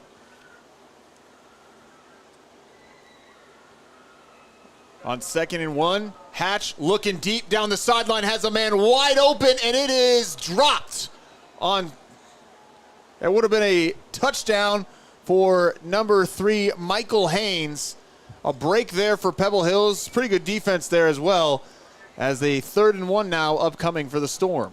That's exactly what I was going to say. I mean, that one wasn't, a drop pass as we saw right there at the end of the first half. That actually was really great coverage by Pebble Hills. And that's what we've seen for the most part by the Spartans secondary, is that they're covering, the Cleveland very well. That forces Cleveland to run the ball, whether it be a quarterback keeper or with one of their really, really talented running backs. So we saw this power formation under center by Cleveland a lot in the first half on short yardage situations. They do it again here, and it works just as well as it did in the first half for a Rhino first down. Yeah, that was a really great run. Just bulldozer of a run right there for Cleveland. And that looks like, once again, it was Juan Munoz. And Munoz, once again, they're just getting nothing but positive yards. Sometimes they get really big gains, like these 56-yard touchdowns. But they also just are getting these 2-3 yards, which really make an impact when they're getting these first downs. Love that look there from Heath Ridenauer, the offensive coordinator for Cleveland. Now they're back in their more traditional shotgun formation on 1st and 10. They swing it out of the backfield. This is Munoz once again, and he's pushed out of bounds at the 34-yard line after a pickup of 5. Yeah, once again, Munoz, not wanting to get popped. He's getting the ball a lot, so, you also need to take care of your body and be smart about it. Some others would actually try to just, take a spin, maybe get 1 or 2 more yards, but he figured, you know what, I'm going to get the ball a lot more, so might as well just run out of bounds. It's a 3-receiver set for Cleveland as they break the huddle with 6:30 remaining here in the third quarter. Big drive here for both teams. Cleveland can take a 2-score lead with a touchdown, or Pebble Hills can get off the field. Tip pass and nearly intercepted. Pebble Hills says it is an interception. No official ruling yet from the officiating crew. And it looks like it's going to be an incomplete pass. Yeah, Nathan Escandon with that one, and it looks like, he almost got it. Sometimes even when you watch it live or even on TV, you're like, that's a pick. But no, it did. It looks like it may have hit the turf, so that's going to bring up another chance right here for Cleveland. And my initial reaction live was that it was an incomplete pass, but then the Pebble Hills defense obviously reacts the way they do. They're convincing, right? They convinced me up here. They didn't convince the officials down on the field who were 3 yards away from the play. So 3rd and 5 for Cleveland here. 6:17 to go. 3-receiver set and movement on the offensive line. And we'll await the call. Yeah, you see a couple of linemen right there just rolling on the floor, too. That was a hard penalty. Yeah, hard to tell if it was the offensive line of Cleveland moving first to draw them offsides, or if it was indeed just an offsides, and it actually is an offsides on Pebble Hills, and that will move the chains. A 1st and 10 on 3rd and 5, so a big mistake there by the Pebble Hills defense. It was, they thought maybe they can, catch, Cleveland offsides or whatnot, or get a false start, but instead the referees, saw that they knocked down a couple of their offensive linemen, so they said it's going to be a 1st down and 10 here for Cleveland. And that allows them to run the clock under 6 minutes here in the third quarter. Leading 21-13. Certainly the Storm is content to do that. Hatch looking to the left sideline, has a man for a Rhino first down. Number 13 is Connor Steele. Yeah, that's the first time we call his number tonight. They have tons of skill players, does this Cleveland team. They have for years. There's guys up and down their roster that are playing at UNM, New Mexico State, I think a couple at UTEP as well, and other programs across college football. Again, they've won 4 out of the last 5 state championships in the land of enchantment. You don't do that without talent.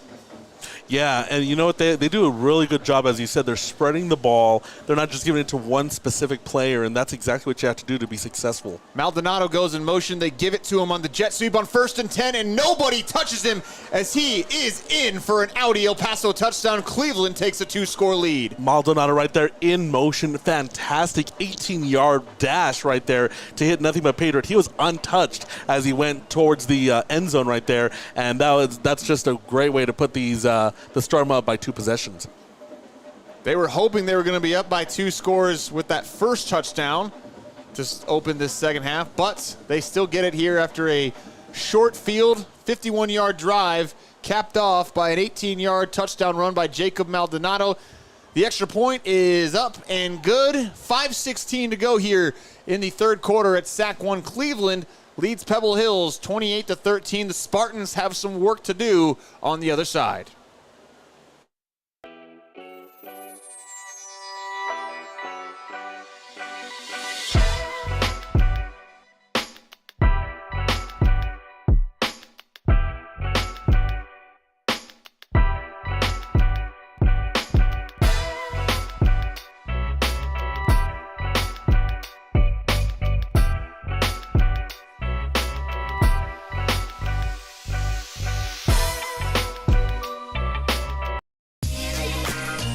915 Tours, making dreams come true.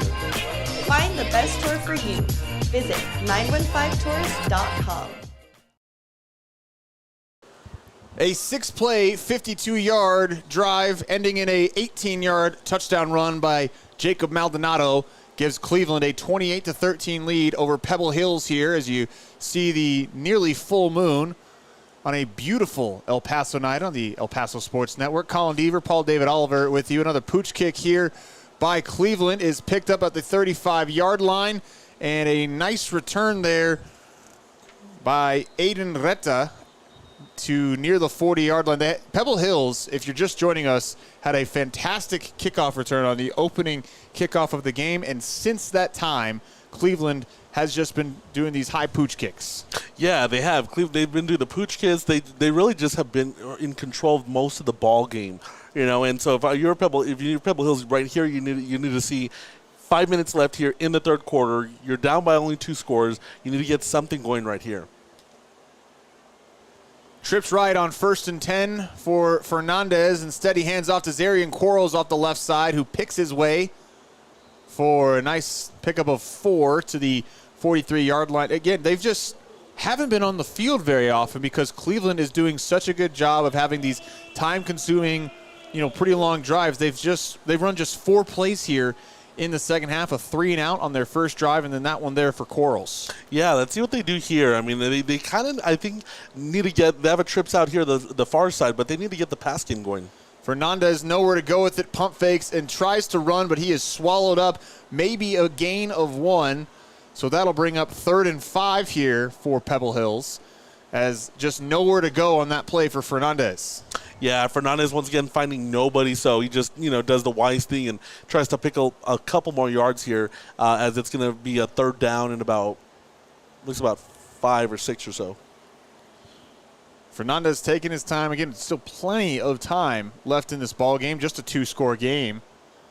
But Pebble Hills probably needs some points on this drive to get a little bit more comfortable. So 3rd and 5. Quarles goes in motion out of the backfield. Fernandez being pressured. Now rolling to his left. Sets, throws, and it is tipped and incomplete. That's number 33, Troy Logan, the middle linebacker who has been all over the field tonight for the Storm. Yeah, well, great speed right there by Logan and his fellow defenders. I mean, he was able to get right there in the quarterback's face, and he was able to swat that ball down.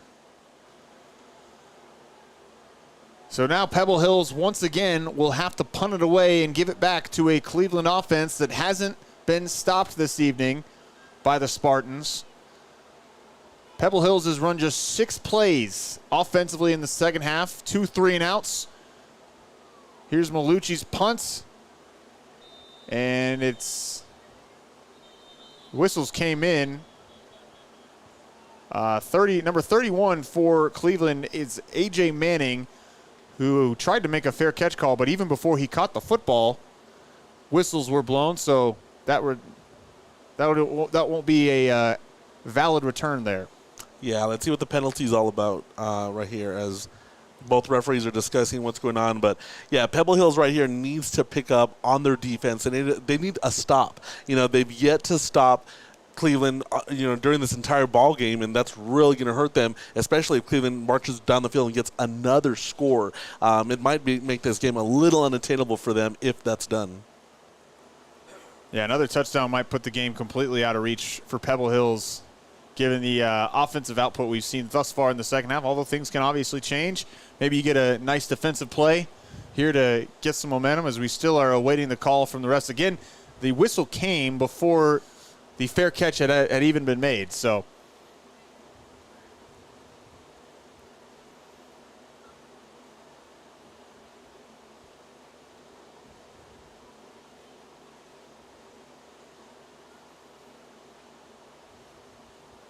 here comes the call.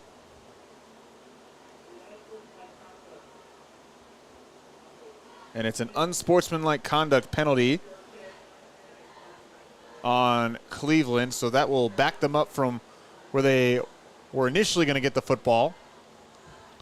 But Paul, these penalties and these long fields haven't exactly hurt them too much tonight. They haven't. You know, they even faced, what is it, third or second and 37, and Cleveland still was not fazed by it. That very next play, they got, I think it was like a 40, 45-yard play to just make it a first down. Definitely these penalties, they're getting a lot of them, but they say, you know, we can conquer that. They'll take over at their own 18-yard line, so if Pebble Hills is going to make a stand, it's got to be here. 3 receivers set. Hatch will hand off to Giannis off the right side, and instead of a stop, it's a huge pickup for a Rhino first down by Isaiah Giannis on 1st and 10. Just as we said, after a penalty, it propels a big-time play, and once again, Giannis proved that correct, as that is a great first down run to get another first down for the Storm. Pickup of 27 yards to the 45-yard line of Cleveland, as this Cleveland offense just continues to be incredibly impressive with how methodical they are. Of course, the big plays as well, but they just have been unstoppable tonight. Giannis moves up in the backfield next to Hatch. They give it to him. It's again up the middle, and he is off to the races. It's a track meet at the 20-yard line. Nobody's going to get him. Isaiah Giannis, his second Audi El Paso touchdown of the evening. What a run. 55-yard run right there for Giannis, and that right there make this game out of reach for Pebble Hills to try to get back in this.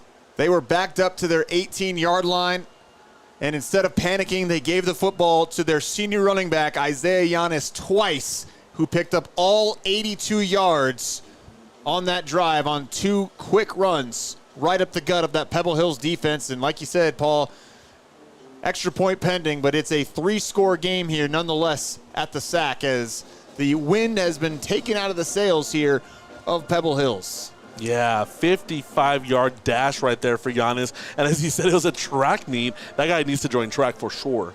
He probably is on the track team for Cleveland in the spring. So we will take a break here on the El Paso Sports Network, as Cleveland has taken a commanding 35-13 lead over Pebble Hills with 3 unanswered touchdowns in the third quarter. Back after this. A honey butter high five, a crispy chicken championship, a home-style biscuit ballyhoo. That's how the Whataburger honey butter chicken biscuit do. Sweet, saucy, crispy, juicy, flaky, buttery, perfect. In your hands, in your belly, in your dreams. Because sometimes the best way to start your morning is also the best way to end your night. Night should end with breakfast. Open 24/7 with breakfast served 11 p.m. to 915 Tours, making dreams come true. Find the best tour for you. Visit 915tours.com.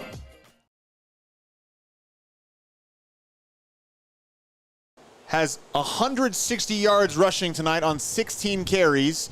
82 of them just came on the last Storm drive. He had a 27-yard carry, and then the backbreaker, a 55-yard touchdown run, his second of the night, as Cleveland takes a 35-13 lead over Pebble Hills on the El Paso Sports Network. They finally kick it deep again, taken by Sebastian Carbajal inside the 20, and he goes basically nowhere out across the 25-yard line. And here comes the Pebble Hills offense with this game trending towards being out of reach. Pebble Hills needs some first downs. Paul, they've only run 6 plays in this third quarter, 2 3-and-outs. Yeah, out of reach. I think what they need to do is score on this drive in order to make it a little more attainable if they want to get back in this ball game. They do have enough time, but they also need to think not only this is score their enemy this time, but also the clock. On 1st and 10, it's Zarian Quarles out to the 29-yard line, pickup of a couple. Some scores from around the region tonight. Probably the game of the week in El Paso is in the third quarter. Del Valle leading Canatillo in District 1-5A Division II action. Del Valle leading 21-7. Jake Fetty, Manny Fuller and company to this point getting things done in the game of the week. We got a pretty fun one here as well. Pebble Hills and Cleveland on second down. They give it to Quarles once again and gets out to the 32-yard line. So once again, a 3rd and 5 upcoming for the Spartans as they look for their first down of this second half. Yeah, what's interesting is, I mean, they're behind by 3 scores. What they need to do is they actually need to, instead of run the ball, run it for a couple of yards, they need to start passing the ball, start getting a little more yardage, and maybe even tricking Cleveland. But, I mean, this run, the small running's not only going to not get them, any points, but it might not even get them a first down. Cleveland's pass defense has been pretty strong tonight. 3 of 4 Fernandez is, 3 of 5 now. They fake it to Quarles on 3rd and 5, and here is another pass. Finally, it's Carbajal, a huge gain for a Rhino first down into Cleveland territory down to the 41-yard line. Yeah, that right there with the reception, Carbajal, that's exactly what they need to do. I mean, they need to move the ball. They need to move it, not only positively, but also a lot quicker. Right now, as I said, time could be not on their side. That was a smart play call. Fernandez has been under pressure a lot tonight. Just the quick screen pass. Here's Fernandez on 1st and 10 under pressure once again. Flush to the right. Looking down the sideline. Ooh, he had Quarles scampering out of the backfield, but just overthrew him. That would have been a huge gain.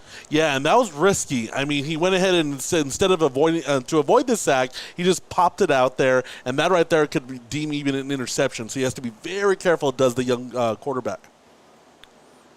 Minute 12 remaining here in this 3rd quarter. If you're just joining us, it was 14-13 Cleveland at halftime. They've scored 3 consecutive unanswered touchdowns here in the 3rd quarter. 2nd and 10 for Pebble Hills. They give it to Quarles off the right side. Had some running room, but a big tackle made there by Brendan Cotrain, the senior linebacker there. Yeah, Cotrain with the monstrous tackle. And once again, pops like this that the Cleveland defense is getting, that's just giving them more momentum, more excitement on the sidelines, and that just also puts Pebble Hills a little down. So 3rd and 7. Quarles, when he got that football, it looked like he was going to have enough room to get maybe 5 or 10 yards, but instead just a gain of 3. We're under a minute remaining here in the 3rd quarter. 10 seconds on the play clock as Fernandez breaks the huddle. 3 receivers set on the bottom of your screen. Quarles with him in the backfield. Bringing pressure once again is Cleveland. Fernandez escaping the pocket. Has some running room down the sideline. Cuts it back inside. He has a Rhino first down to the 24-yard line with 16 seconds left. Great intelligence right there by Fernandez. As he, didn't find a receiver, he was able to, find at least enough room for a first down. But what he needs to learn to do, though, is either go out of bounds once he gets a first down or slide, because that hit right there could affect him later on. 7 seconds to go here in the 3rd quarter, and Pebble Hills will just let the clock run out and say we'll see you on the other side, and that's what we will do as well. The end of the 3rd quarter is upon us. It was all Cleveland, 21 unanswered points in that quarter to take a 35-13 lead over Pebble Hills. Back with the 4th quarter on the El Paso Sports Network after this.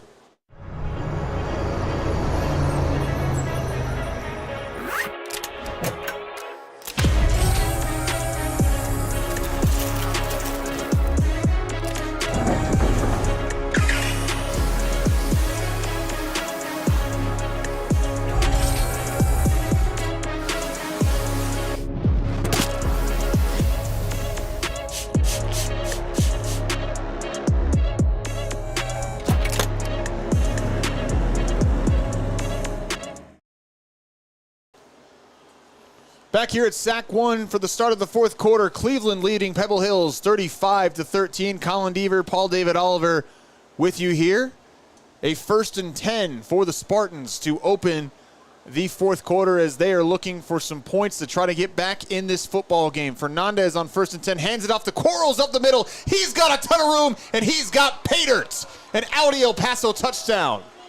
Yeah, 25-yard dash right there to the end zone by Quarles, and that's exactly what the Spartans need to get momentum on their side. Just what the doctor ordered for the Pebble Hills Spartans, a 25-yard touchdown run by Zarian Quarles on the first play, of the 4th quarter. And now it's Malucci on for the extra point to get them within 2 scores. Yeah. As you can tell, there's a little bit of life here in the crowd, and the sidelines are here for the Spartans. Malucci's kick is up and good. That caps off the first strong Pebble Hills offensive drive of this second half. They looked good at times in the first half, but It had been a struggle in that third quarter up until then. So let's take a look at some scores from around the region. One that just went final in Class 4A. Isleta defeating Mountain View 40-14. So Isleta might have a pretty good ball club this year. Hanks at the end of the third quarter leads Horizon 35-14. We just talked about Del Valle Canutillo a little bit ago. Del Valle has extended its lead with 3:21 remaining in the third quarter. The Conquistadores lead Canutillo 28-7. Wow. Yeah, we have some really good games going on, and even good teams. Isleta, as you alluded to, I mean, with Evan Martinez, I'm sure you had a couple of touchdowns for him, and they have a really good ball club, and they definitely will be a contender for their district title. And as you said over there, Del Valle Canutillo on the blue turf, that right there is a big one, and it's surprising, actually, that Canutillo's down by 3 scores over there at home. Couple more for you. Coronado leading Parkland 17-3 in the third quarter. Another fantastic game in the third quarter. Eastwood leading El Dorado 27-26. So here is Cleveland on the return.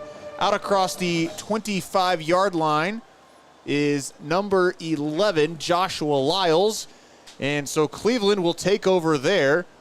And Paul, they have, as we've said multiple times tonight, they have not punted this evening. The only time that they have been stopped was on the final drive, final play of the first half. As time expired, a dropped touchdown pass by Elijah Richards. That is the only time Pebble Hills has gotten off the field. But now, in the fourth quarter, trailing by 2 scores, they got to get off the field here. Yeah, I was going to say that only stop was a devastating one at that, with that drop touchdown pass at the end of the first half. And I think if he reviews this broadcast, on EP Sports Network, he's going to be like, why do they keep talking about that? But that was definitely, it could have been a little costly, but luckily his team's able to get, a nice, comfortable lead right now. On 1st and 10, it's Munoz breaking up the middle, and now he gets outside in a foot race down across the 50 to the 30 now, to the 20. Nobody will get him. The second long touchdown run of the evening from Juan Munoz. Yeah, what a play right there by Munoz. And once again, just nobody was there to stop him on the left side, and he just saw nothing but silver right there in that end zone. Pebble Hills finally had a little bit of momentum, and Cleveland snatches it right back. Juan Munoz has been an absolute game breaker tonight for Cleveland. The last 3 plays offensively for Cleveland have all gone for at least 27 yards. A 27-yarder, a 55-yarder, and I believe that one was about a 74 yards, says Joe Rodriguez. Kick is up and good, and with 11:32 to go here in the fourth quarter, Cleveland is once again back up by 3 scores, 42-20 over Pebble Hills. At El Paso Children's Hospital, we embrace the spirit of our community and the promise of every child's potential. Here, we believe in the power of possibilities by providing a place of hope and healing. By doing things differently, we're making the impossible possible with a dedicated commitment to excellent patient outcomes, especially those most complex. El Paso Children's Hospital, created by El Pasoans for generations. 915 Tours, making dreams come true. Find the best tour for you. Visit 915tours.com. Back here at SAC 1, Cleveland just scored on a 74-yard touchdown run by Juan Munoz, his second long TD of the evening, as they take a 42-20 lead over Pebble Hills. Hey, I want to go over a couple more scores from around the borderlands. Socorro beat Cathedral tonight at SAC 2 across the way, 37-19. Folks, the Bulldogs have a winning streak. That's their second win of the season. Here's the kickoff by Cleveland. Carbajal takes it, and he will be brought down at the 28-yard line. Paul, so here's the deal. Socorro hadn't won a game until last week since 2021. They snapped that long losing streak. It was just their second victory since 2015. They win this week for their second consecutive win. And I'm looking on Max Preps right now. The last time they won more than one game in a season was 2015.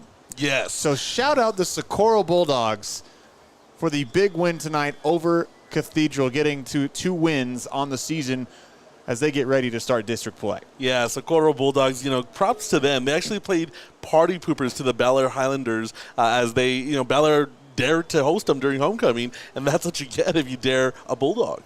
Fernandez swings it out to Carbajal on 1st and 10 as Pebble Hills once again needs a touchdown, and they need it quickly. Clock is certainly working against them here. Down 3 scores, and you can't be anything but impressed by this Cleveland team. They look certainly like they will be contending for a 6A state championship once again in New Mexico. Yeah, this is actually really good practice for Pebble Hills, especially if they, plan to, go into the playoffs or even deep in the playoffs, because these are the sorts of teams, this is the sort of caliber of style of play that you're going to be going up against if you go into the playoffs. Even in, in 6A, you find nothing less than this sort of caliber. They gave it to Quarles again, and he picked up about 4. It'll be 3rd and 1 for the Spartans. Again, if you're just joining us here on the El Paso Sports Network, this was a close game at halftime. Cleveland leading Pebble Hills 14-13 at the break, and the Storm have really turned on the Jets here in the second half. Quarles trying to keep things close. He breaks some tackles, and now he's off to the races across the 30, deep into the red zone to the 11-yard line. A Rhino first down for Zarian Quarles as he is coming alive here in the fourth quarter. Yeah, great run by Quarles. I mean, I think he was getting a little antsy, a little frustrated, that his team was down by, a few scores. So he said, let me do something about it. But, credit to his line as well. They're getting the blocks. They're able to allow him to get outside and get these big, monstrous runs to try to give Pebble Hill some sort of life.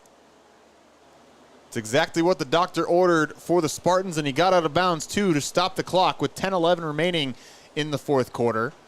So once again, if Pebble Hills can score here and then get off the field defensively, they could be in business. 4 receivers, trips left for Fernandez on 1st and 10. So he escapes the pocket, breaks a tackle, and shoved out of bounds at the 6-yard line. Yeah, really good job by Fernandez. And not only that, but he has some slippery legs that he wasn't taken down by the first defender right there. He was able to still wiggle his way out of there and get a couple more yards. It'll be 2nd and 5 at the 6-yard line. Pebble Hills can actually pick up a first down at the 1-yard line as the clock is actually now running under 10 minutes.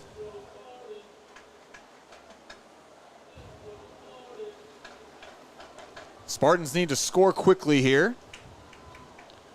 Fernandez back to pass, and he's somehow gets away from the rush and is able to throw a pass at the feet of Quarles, incomplete. So complete disaster avoided there for the Spartans. Well, actually, I believe that, that may have been a completed pass. So that actually was a completed pass for a loss. So, yeah. Good eye.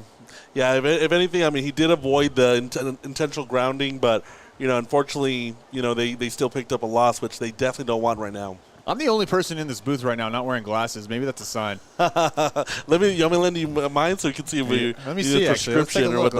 Let's take a look. Let's see. Nearsighted or far? Oh, my God. That didn't help. That hurt. I see nothing. I'm going to get dizzy right now without my glasses. So an unfortunate break there for Zarian Quarles in the Pebble Hills eye. It really would have been better if he just didn't even catch that football, and now we have the officials coming together to discuss something. Yeah, and if you're Quarles, I mean, yes, of course, in the heat of the moment, you always want to catch the ball. But, I mean, the smarter thing to do, as you said, would just maybe be to swat it down, So we're going to get okay, they did rule it incomplete, so maybe I don't need glasses. Yeah, who knows, right? I'm 33 now. I was trending towards probably needing glasses. You're young. Sort of.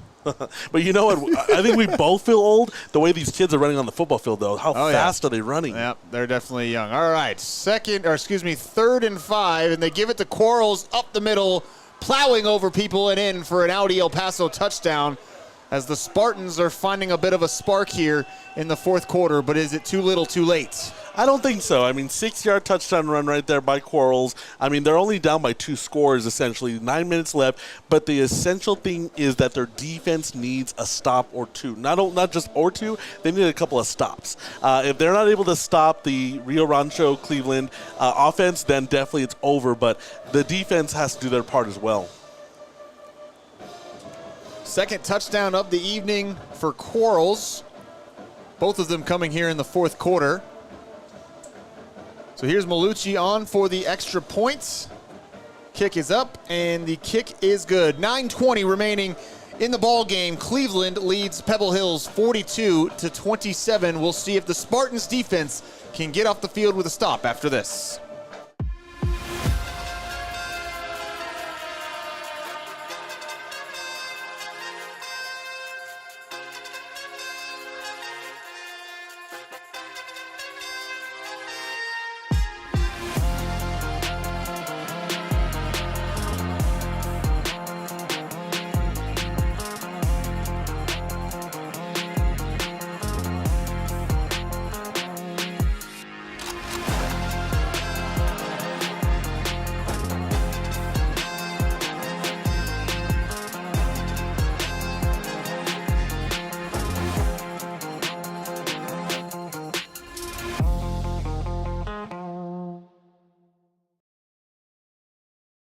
was 6 yards for his second touchdown of the night. It's 42-27. Pebble Hills once again back within 2 scores of Cleveland on the El Paso Sports Network. Michael Malucci's kickoff will be taken at the 1-yard line. Plenty of running room and out across the 20-yard line. Nice little return there for number 4 of Cleveland, Samuel Bustillos. Some scores from around the region here. Del Valle leading Canatillo now in the fourth quarter, 28-14. So the Eagles getting a little bit closer over there on the Smurf turf. How about some other ones? Chapin all over Andrus right now in the fourth quarter, 47-8. Fabens over San Elizario, 35-7. Midland defeating Montwood tonight out in the Permian Basin, 69-13. Wow, yeah, and see right there, Permian Basin, I mean, once you start going out of El Paso, a lot of these El Paso teams struggle, and I mean, unfortunately, in order to be successful in the playoffs, you need to also learn these different styles of play that are played outside of the 915.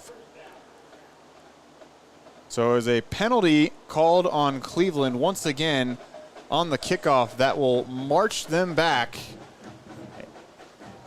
quite a bit. So we'll see where they spot the ball officially.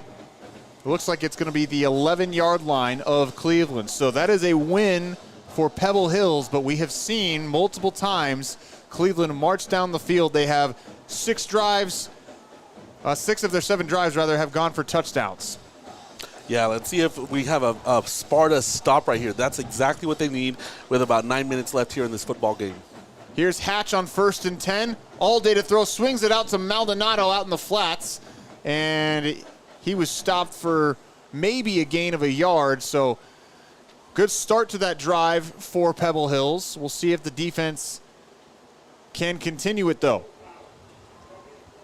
And that's not great either. A personal foul, roughing the quarterback penalty on Pebble Hills. So it seems like every single time they get any momentum defensively, they immediately give it right back. Yeah, Julius Castro right there with a nice wraparound tackle, but unfortunately that was pretty much negated as we're going to have a 15-yard costly penalty right here by the Spartans. So 1st down and 10 here for Cleveland, fresh set of downs. So that negates the penalty on the kickoff. If you're trying to mount a rally, that's just an absolute killer for Pebble Hills. Yeah, usually the ones facing the penalties in this football game were Cleveland, but now it's going to maybe be costly for Pebble Hills if they want to get back in this football game. Ryan Warner is having a discussion with the Whitecap here on the near sideline at about the 20-yard line. Don't think he liked the call very much. Not at all. I mean, a lot of times they say, you know what, the quarterback still had the football in his hands as my defender was going towards him. They try to argue their point, but it's very seldom that I've seen call in that they ever have this overturned. Yeah, he is just doing his best to make a point. And he's been heard, and now we'll get ready to play some football again. That's right. Yeah, let's see here what the Pebble Hills defense is going to do. If they really want to stop, they got to do it here on this drive. Again, Pebble Hills defense has not gotten off the field tonight. It's Munoz on 1st and 10, and that is a run of no gain on 1st and 10.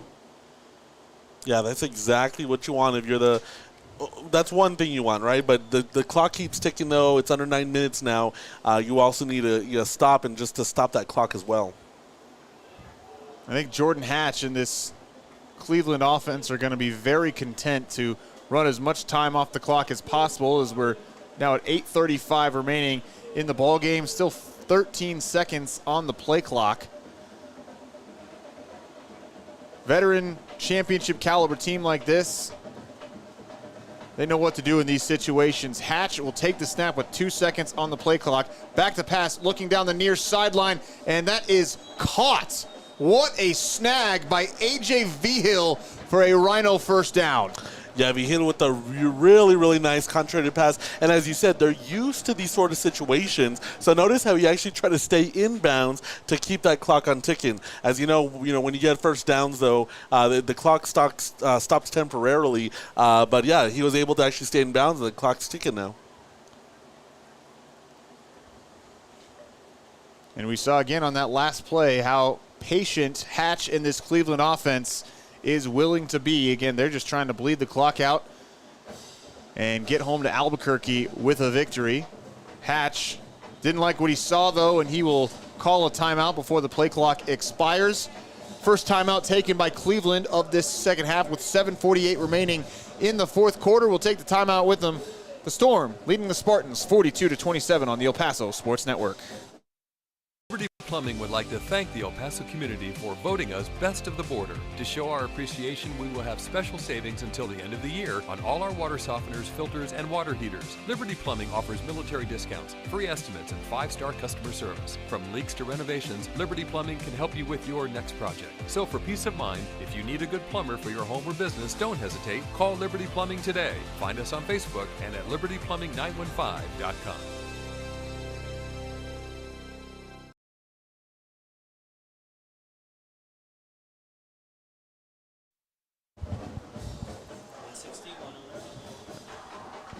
So after the timeout, it'll be 1st and 10 for the Cleveland Storm. They've got over 500 yards of total offense tonight on this Pebble Hills defense. Thanks for joining us here on the El Paso Sports Network. Jordan Hatch takes the snap and gives it to Isaiah Giannis running off the left side. And that's a pickup of about 4 or 5 into Spartans territory. Yeah, and great run right there by Giannis. I mean, you don't need a first down every run. I mean, the clock's ticking. You're moving positively. I mean, you just, as you said, they're just trying to bleed out the clock, trying to get on the bus over there back to Albuquerque with a really comfortable, possible victory for them. And we talk a lot about being on schedule as an offense. Certainly this Storm offense has been ahead of schedule for much of the evening. Again, over 500 yards of offense. We're midway through the fourth quarter. Hatch takes the snap, hands off the middle once again to Giannis, and he churns ahead for a couple of yards. So third down upcoming here, 3rd and 3 for Cleveland, and a chance once again for Pebble Hills to get off the field. Yes, absolutely. So, I mean, the defense right here, they need a stop right here. It's possible they're not necessarily in field goal range, so if they were to stop Cleveland, I mean, let's see if they go for the punt or what they, do, but definitely they need to stop here, and let's see what Pebble Hills does defensively. It'll be trips right for the Storm here on this 3rd and 3. They've kept it with Giannis on the last couple of plays. Option to the near side. Hatch will keep it himself. He's got a Rhino first down and a lot more inside the 25-yard line. Yeah, and once again, great run right there. That may have sealed the deal right here for the Storm, as Giannis, he was able to just find a really nice hole right there. And, I mean, now they're just going to really try to bleed out this clock. Clock stopped momentarily for a injury, but they will now wind the clock as the player was able to get up on under his own power and walk off the field. And so Cleveland will be able to take off about 35 more seconds on this clock. I mean, just they have been almost perfect tonight offensively. They have. I mean, whether they've faced a 2nd and 37, so many penalties, whatever they are facing, I mean, they said, you know what, that's nothing for us. I mean, even on that 2nd and 37, 1st and 37, I forgot what it was, they were able to get a first down on that very next play. I mean, they really have had an answer for everything. And as you said, they have yet to, hopefully I don't jinx them, but they've yet to, produce a turnover, let alone even a punt. Again, a veteran team, won 4 of the last 5 state championships in New Mexico, looking the part again tonight. They hand off to Samuel Bustillos on that first down run. He gets maybe half a yard, and a flag is down on the play. Yeah, I think that's the only flaw that Cleveland has is, that they've had flags, but I think that one was waved off, if I'm not mistaken, so it's going to just be a 2nd and 9. Yeah, my mistake there. So Paul's right, 2nd and 9 as they march up to the line of scrimmage.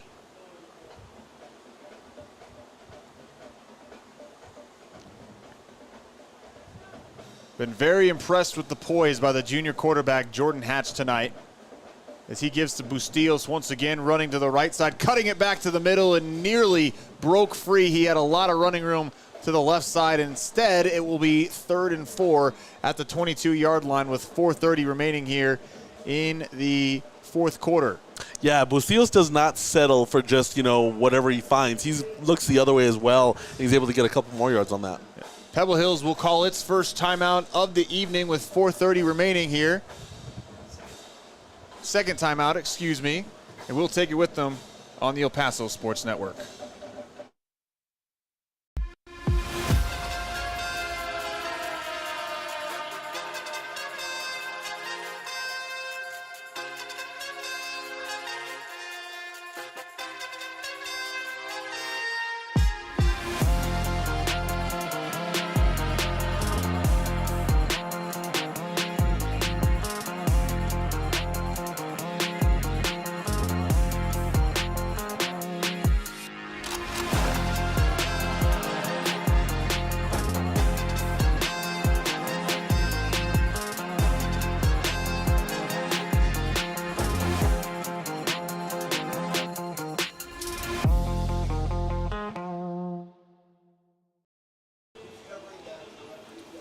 .430 remaining here at SAC 1. Pebble Hills trailing Cleveland 42-27. A 3rd and 4 for the Storm as Pebble Hills defense tries to bow its neck and get a stop here.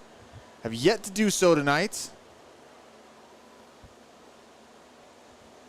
Handoff to the left side on 3rd down, and it is Munoz once again plowing his way for another Rhino first down. Check that, it's Bustillos in there for another first down. Yeah, Bustillos and Cleveland just having their way with this Pebble Hills defense. Pebble Hills really needs to tighten up when they get into district play, and Cleveland is just, they really are doing really well and doing whatever they want here offensively. I think the only thing they need to work on in the game are the penalties.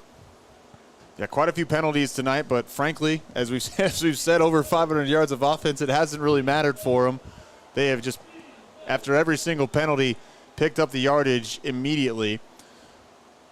So 1st and goal for the Storm. They hand off once again to Bustillos as he picks up a couple of yards to the 6-yard line. Another score coming in from around El Paso. Eastwood and El Dorado entering the 4th quarter over at Trooper Stadium, tied at 34 apiece. A fantastic game going on over at Trooper Stadium tonight for homecoming for Eastwood.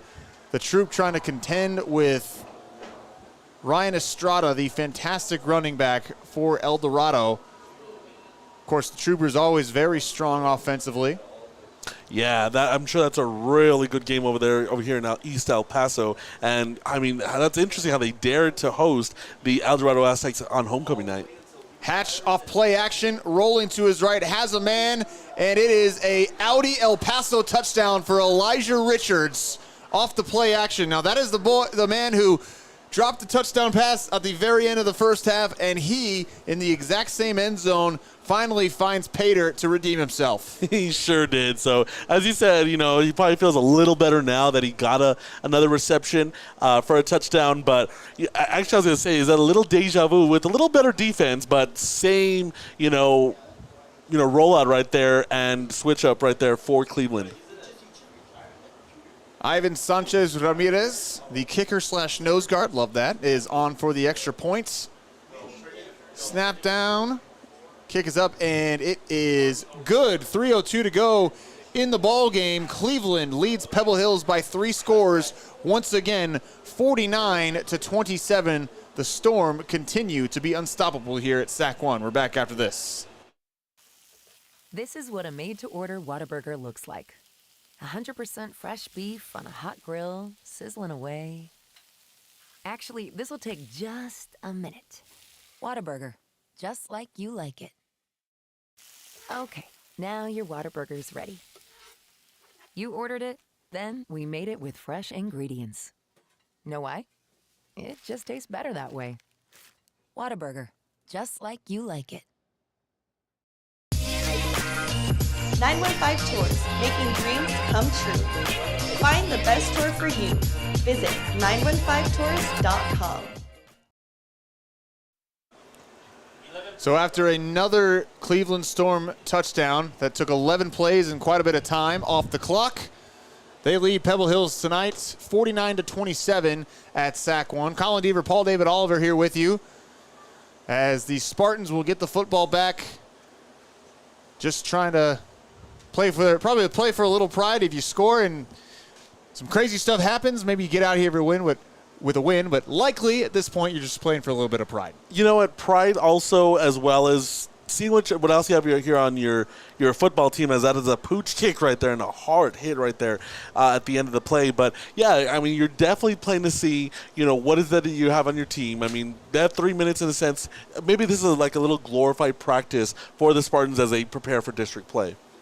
The offense in the latter portion of the third quarter and the fourth quarter has been very strong for Pebble Hills. Again, they just weren't on the field very much in the second quarter and really that third quarter for much of it as Cleveland's offense took so much time off the clock. Again, the Storm have not been stopped yet tonight. They haven't punted. The only time they haven't scored on one of their 8 drives, they had a dropped touchdown pass on the final play of the second quarter. Here's Fernandez on 1st and 10, rolling to his right, being chased, cuts it back again, and will be shoved out of bounds at the 39-yard line after a pickup of 1. Yeah. Ran a long ways to get 1 yard. It sure is. He got his cardio in on that play, and I mean, he definitely did a lot for those couple of yards. But you know what? Props to him. He's saying, you know what? Let me just try to, just stretch out, feel a little better about myself. But yeah, that was a cool little run, but unfortunately, it was only for a couple of yards. Clock stops because he went out of bounds, so that's good for the Spartans on 2nd and 8 as they try to mount what would be a monumental comeback here late. Yeah, they face a 22-point deficit here.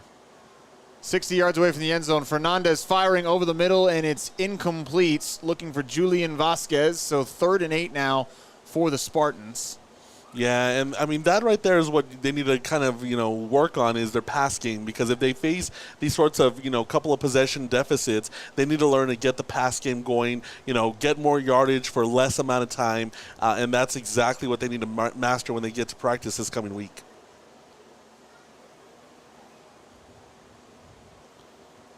And Pebble Hills arguably has played the most difficult schedule of any El Paso team. Canutillo, Midland, Americas, and now Cleveland before getting going in district play at the start of October. On 3rd down, Fernandez being chased, and he will be dragged down for a sack by number 5, Micah Hoffman.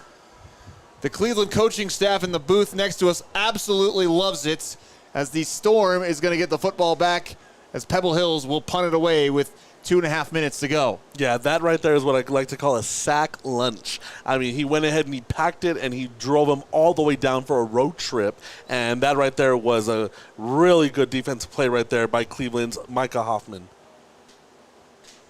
This Storm team has been impressive again. They won the state title in 2019, 2020, 2021, 2022. As Malucci's punt is high and short and bounces at the Pebble Hills 44 and goes out of bounds at the 46-yard line.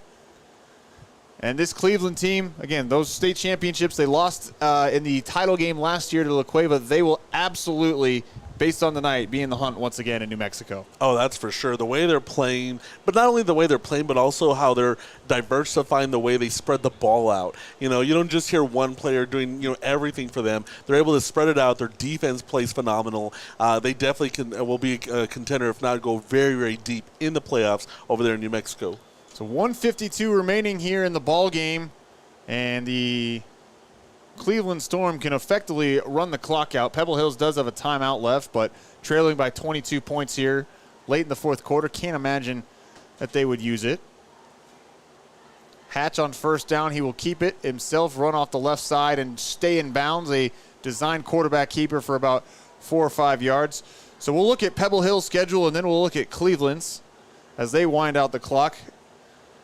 Pebble Hills will move to 1-3 with this defeat, and they will start District 1 6A play on October 4th after a bye week. So as they go into this bye week, Paul, what do they need to clean up and get ready for district play? But as you said a little earlier, they probably have had arguably one of the most difficult pre-district schedules. So I think these sorts of games have really prepared them. What they really need to avoid, though, are just big plays being done on them, and also, of course, penalties. 2nd and 5 up the middle, and another nice little gain there for Bustillos. Clock goes under a minute here at SAC 1, so that was the Pebble Hill side of things for district play. How about Cleveland? Getting New Mexico, they're 1 week ahead of us. They started a week earlier than we did here in Texas. They have next week off as well, and then they will start district play at home against Farmington. So that will be an interesting ball game, no doubt, as they begin district play. They got October 4th versus Farmington. They go on the road to Cibola on the 11th, the 18th at Piedra Vista, home for Volcano Vista, and home again versus Rio Rancho, as they will get out of here and improve to 4-1 on the season. A timeout by Cleveland here with 19 seconds left. It was their second timeouts. Yeah, and I think what they're maybe going to do is just maybe put in some of their other players, or I'm not too sure exactly why they call it timeout, but I mean, maybe they saw something they didn't like, or they just want to put in other players. I'm not too sure. Other scores from we'll take some time to look around at some other scores from around the region. Hanks defeating Horizon in District 1 5A Division 2 action 42-21. And El Dorado, this is turning into the game of the night actually in El Paso. El Dorado just took a 41-34 lead over Eastwood with 8:41 remaining in the football game. At last check for Del Valle and Canutillo, about 15 minutes ago, there was 6:37 remaining in the fourth quarter. Del Valle leading Canutillo 31-14. So that one kind of effectively the battle for the district title, you have to think. Del Valle getting the victory, or de facto district title. Del Valle getting the victory. Still a lot of season, though, to go. As here is Bustillos on the run off the right side, bouncing off people. He gets the first down, the Rhino first down, and that will be the final play of the ball game. Both teams are lined up to shake hands at midfield. Your final score here from SAC 1 as we wait for the clock to wind, as there it goes. Finally, the clock running out here at SAC 1. Final score, Cleveland coming down from Rio Rancho, about a 4.5-hour bus trip to defeat Pebble Hills 49-27. Game was close at halftime, Paul, 14-13 in favor of Cleveland, but that Storm offense just went to another level in the second half. They definitely did. I mean, it was a hard-earned win right here by Cleveland. They definitely deserve it the way they played. We thought we were going to see an offensive, shootout or whatnot, but it ended up being a one-sided victory over here for the Cleveland Storm.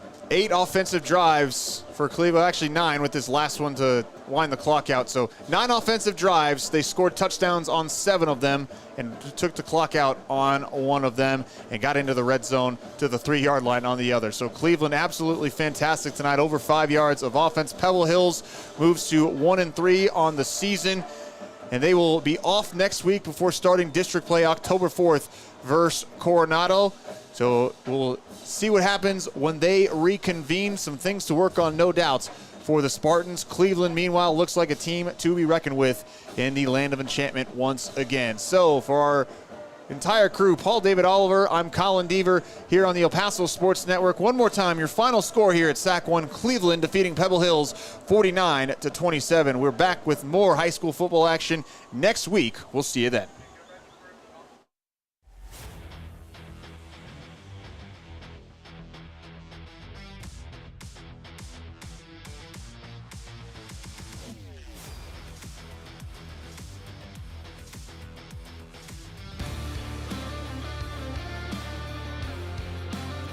Thank you for watching. Visit us at epsportsnetwork.com for your source of sports and entertainment.